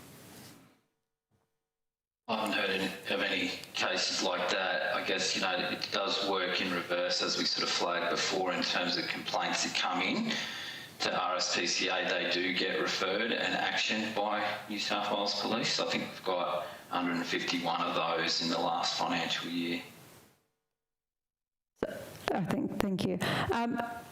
Dr. Tracy, you were mentioning before that the RSPCA being sort of the first ones to be contacted in regards to a complaint. You said that was happening in quite a lot of other industries. What are those other industries where the complaint first goes to the group that's being complained about? Well, I guess I don't have details on the other organisations, but it is, I guess, standard practice to seek advice from the organisation first in terms of complaints that do come in. I guess one of the things that we are looking at in the reform is to look at changes as flagged in terms of including charitable organisations under the jurisdiction of the Ombudsman. Okay, thank you. Yeah, I'm just looking for any other takers of questions. Mr. Martin, you want to get your name in minutes today, or no? All right. Mr. Primrose? I've just completed mine while you're out. Okay. All right, well, I think that means you did an early mark. Thank you very much, Chair. Everyone loves an early mark. You've taken a couple of questions on notice, so Committee Secretariat will be in touch within 21 days for you to them back. All right, that concludes today's hearing.